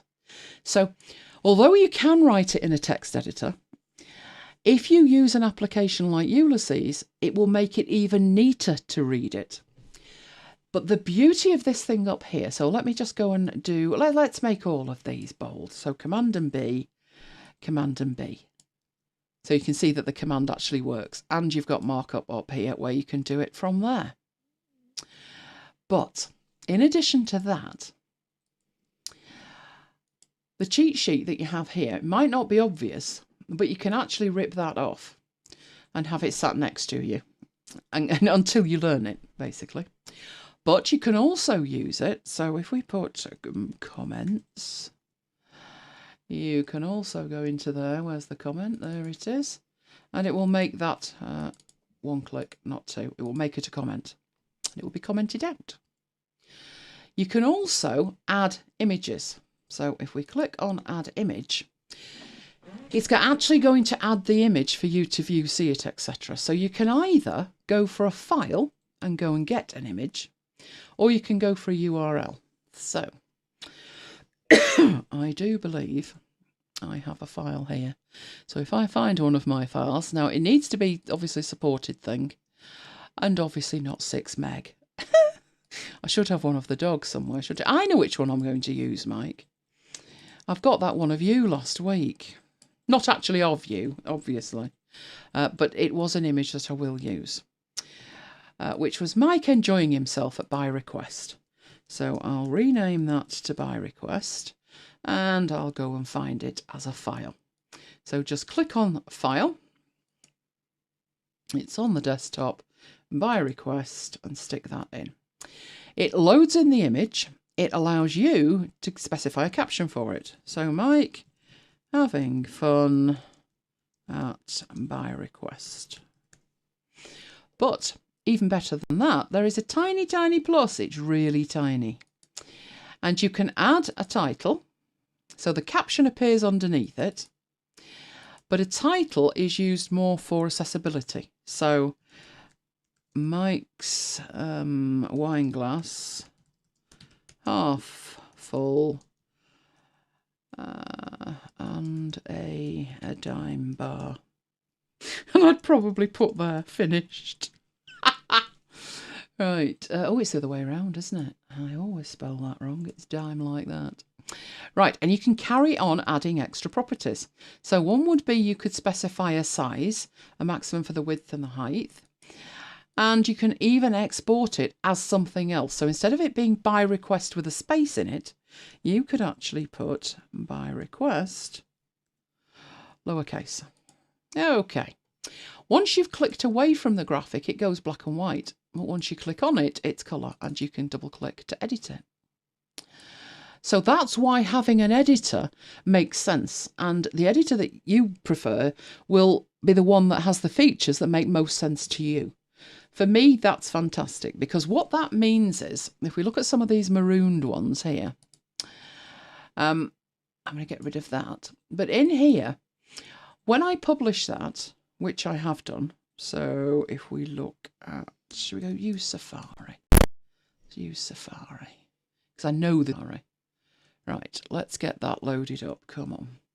Right, MacBites FM. And it was episode 45. Hang on. Is that not published? What? I thought 45 was published. Oh, there's no publish next to it. Naughty, naughty, naughty me.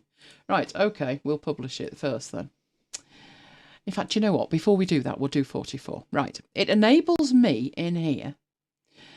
That's 44 there.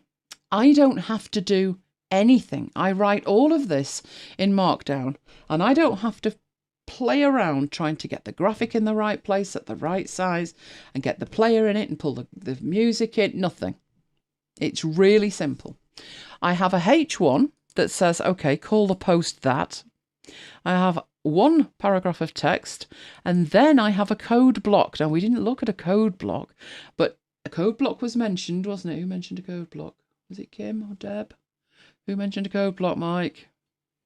Code block was mentioned. Oh, I can't see it in the chat. There it is, Deborah. Okay, yeah. So yes, you can put code in, and you need to mark it up as code if you want the destination to say, okay, this isn't text. You want me to do something different with it.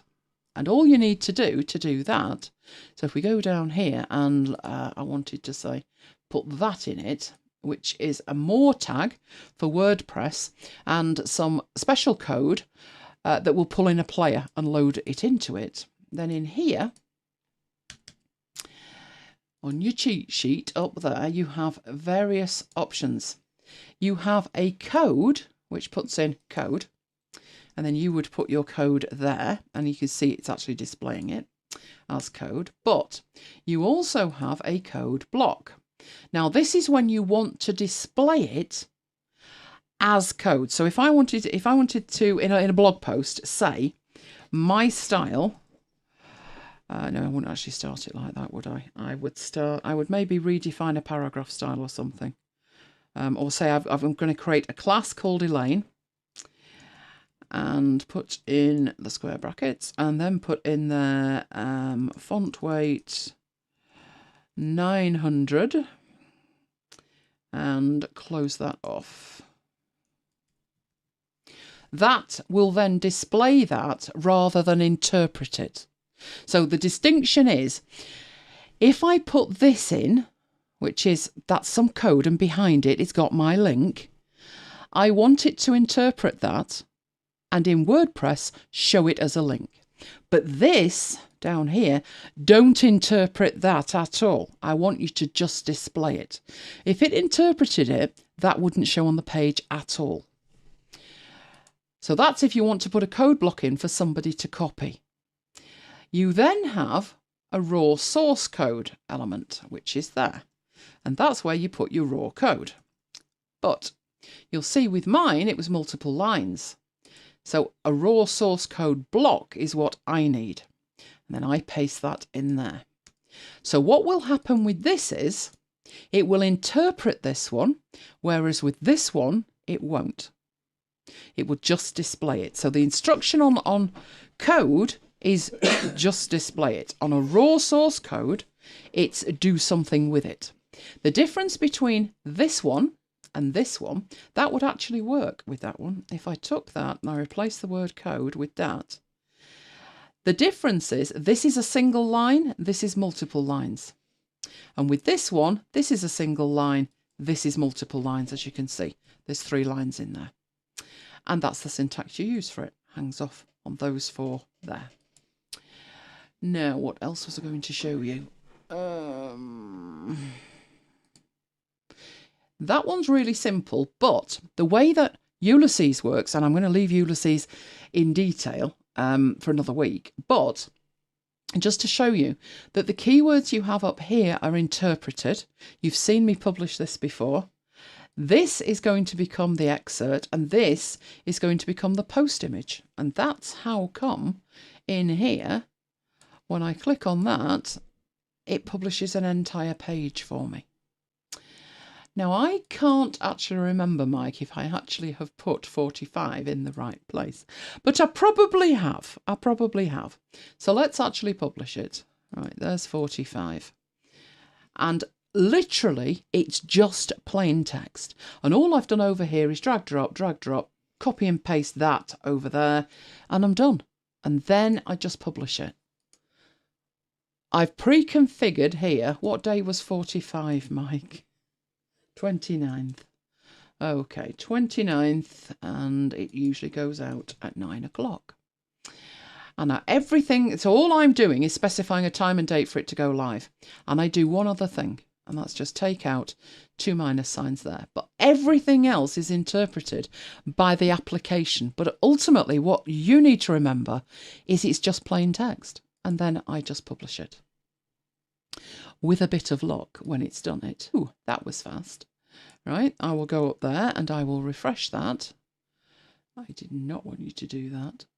All we need to do at this stage, this week, is understand it's plain text.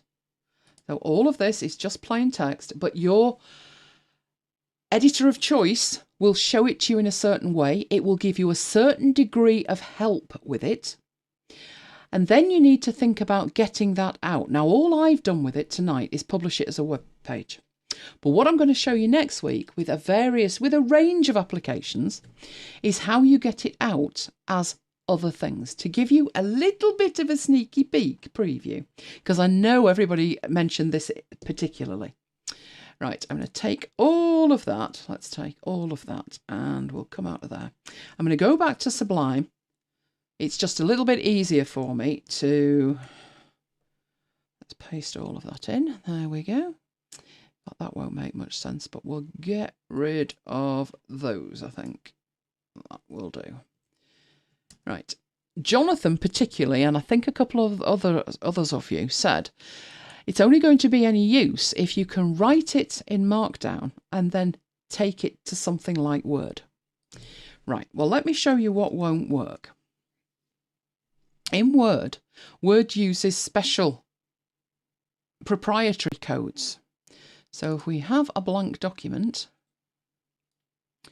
it will enable you to put some text in that says My Tech Life, and it will enable you to make that a heading 1 by doing that. However, if this is how you've written it on your phone, on the bus, those were the days, right, and you come in here and you paste it in, that's not really what you want at all.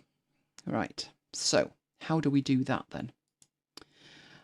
Well, we've already seen that we have that application called Marked. So if we drag that to it again, come on, proxy icon. Proxy, oh, what are you doing? Right, there it is. And drag and drop that to Marked. You know what it did. We just saw it. There it was. Looks lovely. Yeah? But the power of this is down here. There is a whole, it looks so simple, this app. It looks like all it does is give you a preview. But down here, we have extra elements, like you can see the structure of a document, a heading 1, a 2, a 3, and a 4. Then you've got this one, where you can get sort of grammatical instruction from it as to how it should be worded. And then you've got this one, which is the export drawer. It's amazing. It can convert it to HTML, it can make PDFs, and it does a docx file. So let's click on docx, and we'll just put that on the desktop. Don't know if it's going to open it or not, but there's the document, so I'll open it for it. And now, let's get that down a bit. That's up to 160%. Now you've got a Word file, replete with links, and you can start editing it. So I'm going to tell you more about the editing next week. That is literally just to whet your appetite of what you can do, but we'll do a lot more with it next week. But it's very, very simple to do. So what you need to do for your homework, try and write something just in plain text. Don't worry about any special editors or whatever. We'll look at all of the extra applications next week. But you can literally do that in a text editor. If you're using something like Text Edit, make sure it's set to plain text and not rich text. It does need to be plain text. But it is really that simple to get going with it. Now, Neil said many of his academic friends use LaTeX. LaTeX is a different type of markup language, which is very, very powerful when it comes to cross-referencing and formula and stuff. What's that maths thing? Equation editor. It's an equation editor, isn't there, in Word? Yeah. It enables you to do all of that. So Neil says okay and done. Beautifully marked up, if I do say so, Neil. Absolutely beautiful. So have a go with it. It's very, very simple. We'll look at a little bit more advanced options next week. And the other thing we'll do is actually do lots of exports next week and see where you can take it and how you can format it from there. But I'm actually having to work on this to replace Clarify, if you remember. Clarify's gone bye-bye, and I'm trying to force with a crowbar Ulysses to take its place. So I'm working on this as well. I'll be doing your homework with you. All right, let's head back into... where did that go? Oh, it's back. Excellent. So the ones that I looked at tonight were Ulysses. That is in Setup. So if you've got Setup and you've never tried it, try it. It's wonderful in Setup that it actually enables you to use the Mac version, but also, because you're a Setup subscriber, you can download and use the versions for the iPad and the iPhone as well. It's all included in your Setup subscription. Good night, Alex. The other application that I looked at was Marked. And again, that's in Setup too. It's quite quirky in the way that the interface works. But it's doable. It's doable. You can do it. So download both of those, get those installed, configured, and try them out. Any questions, put in Slack or send it to me. Now, we're going to be back next week. It's Saturday the 8th. No, it's not. It's Friday the 8th of May. And if you're wondering about the Union Jack, it's VE Day. So I'd imagine there's going to be lots of parties, but not necessarily the street parties we were anticipating. VE Day is Victory in Europe Day, and it's 60 years, 70 years, must be 70. 45. Is it 65? I'm getting confused. No, it's 75, isn't it? Yeah. Yes, it's 75 years since VE Day. So there's going to be lots of celebrations on the TV, I would have expect. So we'll see how we go with that, but it's going to be that night.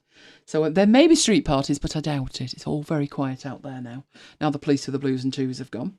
Suggestion, Setup Joule. Compare an expensive app versus an equivalent Setup version. Right, okay, we'll do that. The one we were disappointed in, Neil, was MindNode, because we got used to the fact of the way that Setup worked with Ulysses, where if you've got a Setup subscription, the iOS versions work. And when Paul checked it, he's got a setup subscription. My Node does not work that way. So you still have to buy the iOS versions, which are subscription only. And when you have a subscription, it covers the desktop version. So why bother going in setup? Which was what we agreed.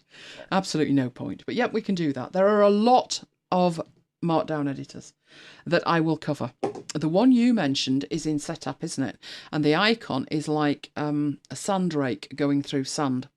That has a bit of a checkered history, does that one? But if it works for you, because that's the beauty of it, it doesn't matter. You could sit down at any computer with just a text editor and start typing up something that in the end you want as a PDF or you want as HTML, whatever. I actually use it in Scrivener. So in the notes section of Scrivener, all the stuff I write is Markdown. And that gets interpreted on the way out and turned into HTML. The way we did it before, that used to take hours. And now it takes seconds to produce it. So I'll show you that as well. There's lots of different applications. So that's the same time, same place next week. Now, in the meanwhile, oh, we're all available on demand. We better check this recording, Mike, and make sure that when the audio was buffering and stuff, whether that's working or not. If not, I have a local copy and I can fix it. But we are also available on MacBites FM every night, 7 o'clock UK time. We have a rare old chat. We must get round to having a chat with Neil. Neil was on our list, wasn't he? He did volunteer, didn't he? Excellent. He volunteered to talk about education. Yes. So we'll get in touch, Neil, and we'll record at a time suitable to you and put it out as a prereq. Oh, we can put our feet up and have something nice to eat, can't we, while the show's going on? Yeah. Now, if you need to catch up, you can catch up. We have a podcast feed. Paul subscribed. I know it's the most unfortunate podcast feed, but it's the best we could do. We don't use another service. We host our own. So that is actually the URL where you will find it. And it's the on-demand one. Right. Heard running water a couple of times. That will be me pouring my drink out or Mike drinking. I would guess. I'm just hopeful it's not a leak. I don't think so. And the girl was very good. She went out and she had a good old sniff round. And then she looked over the fence like she was looking at somebody. But I think that was just because she didn't want to come back in. Oh, and she did, you're right. She took the fox to the back door. She dropped it before she went out, but she did carry the fox with her. I heard her squeak the fox for the first time. She's not been bothered with the fox since Ollie left. But now she loves the fox. Right, okay, we love you guys. If you love us, could you give us a like? It does make a huge difference. I think pretty much everybody here already knows about this, but if you want reminders, elainecharles.com/VIP, or you could subscribe to the channel and hit the reminder bell. I'm not sure I ever get a reminder. I get an email from YouTube. I've never asked for them, but they just turn up. The other one is macbites.co.uk/macbites-mail. That's all things MacBites. Sooner or later, 125 will make an appearance. Yeah. Jonathan's in bed, so I can say that with complete abandon, can't I? Yeah. Of course, you know what's going to happen in the morning. He'll be watching it. It'll be about 9:30 by now, and like 125. Jonathan, when you least expect it. Always when you least expect it. In the meanwhile, we're also on Slack. And you are welcome to come and join us on Slack. Mike's going to frantically go off and check the link now, just make sure it's still working. It should be. I changed it last week. You've got to update it every month. It's so annoying. It's fantastic. We love it. We love it. So join us at macbites.co.uk/Slack. We have such fun. We had pictures of Jonathan's dinner the other day. It's where we carry on the conversation. So do join us. macbites.co.uk/Slack. Yes. Why does it say page not found? What have you done? You've broken it. I haven't. Mike's going to fix it right now. Can I just say that? Mike's going to fix it right now. But if you're already with us, then you'll be fine. If you're not, got a bit of an issue there. It's such a shame Graham couldn't manage to stay till the end, because I want to know what he was going to have to eat. I'm quite interested in some yoghurt at the moment, so I may have some yoghurt. And I've also got some gluten-free carrot cake left. I also, incidentally, have some toys on the way tomorrow. So we'll be sharing all of that on Marooned tomorrow night. So what's the matter with it, Mike? It works if you put HTTPS, but not if you put HTTP. That's interesting. It is. Well, I checked both last week. But I said I changed it. This is why I loathe web design. Now, you'll notice what I actually put in there, Mike. Look. There's neither on. So what happens if you just type that? Then it 404s. Oh, for crying out loud. This is why Mike does the website and I don't do the website. But as frustrated as I get with the website keep breaking for no particular reason, that was Mike this week when the internet went and I had to deal with that. Anyway, it's all right now, isn't it? Yeah. Touching wood, it's all right now. So hopefully you're going to be able to join us. So are we having another access session, Mike? Did I hear you promise queries? I did. I did queries. Oh, okay. Right, it's going on the post-it note. Queries. Markdown apps is going on there because there's so many of them. But Markdown itself is so incredibly easy. The trick is getting the right app and getting it configured correctly to help you out the most. And was there anything else? Any other follow-ups we needed? Well, I had an idea of something, but we'll leave that till next week. Something I was working on. Right, so is it working yet? Are we there yet? Are we there yet, Mike? No, I just got there. Okay, anyway, I'll leave him to do that. Right, I want to hear from everybody this week in Slack. And Neil, we will get onto you at a reasonable hour because your clock is on my clock. I know what time it is where you are. So it won't be silly o'clock. And we'll key that up. Excellent. I think we're done then, aren't we? I think we are. Which means I get to have some cake. Oh, yes. Looking forward to that. You could have had a cake before. I could, but I was in and out with the dog. You know what she's like. You know, she's settled now. Right, so it's good night from me. And it's good night from me. And we will both see you next time. Yes, I will put down BB Edit, Kim. I will put down BB Edit. There you go. Good night.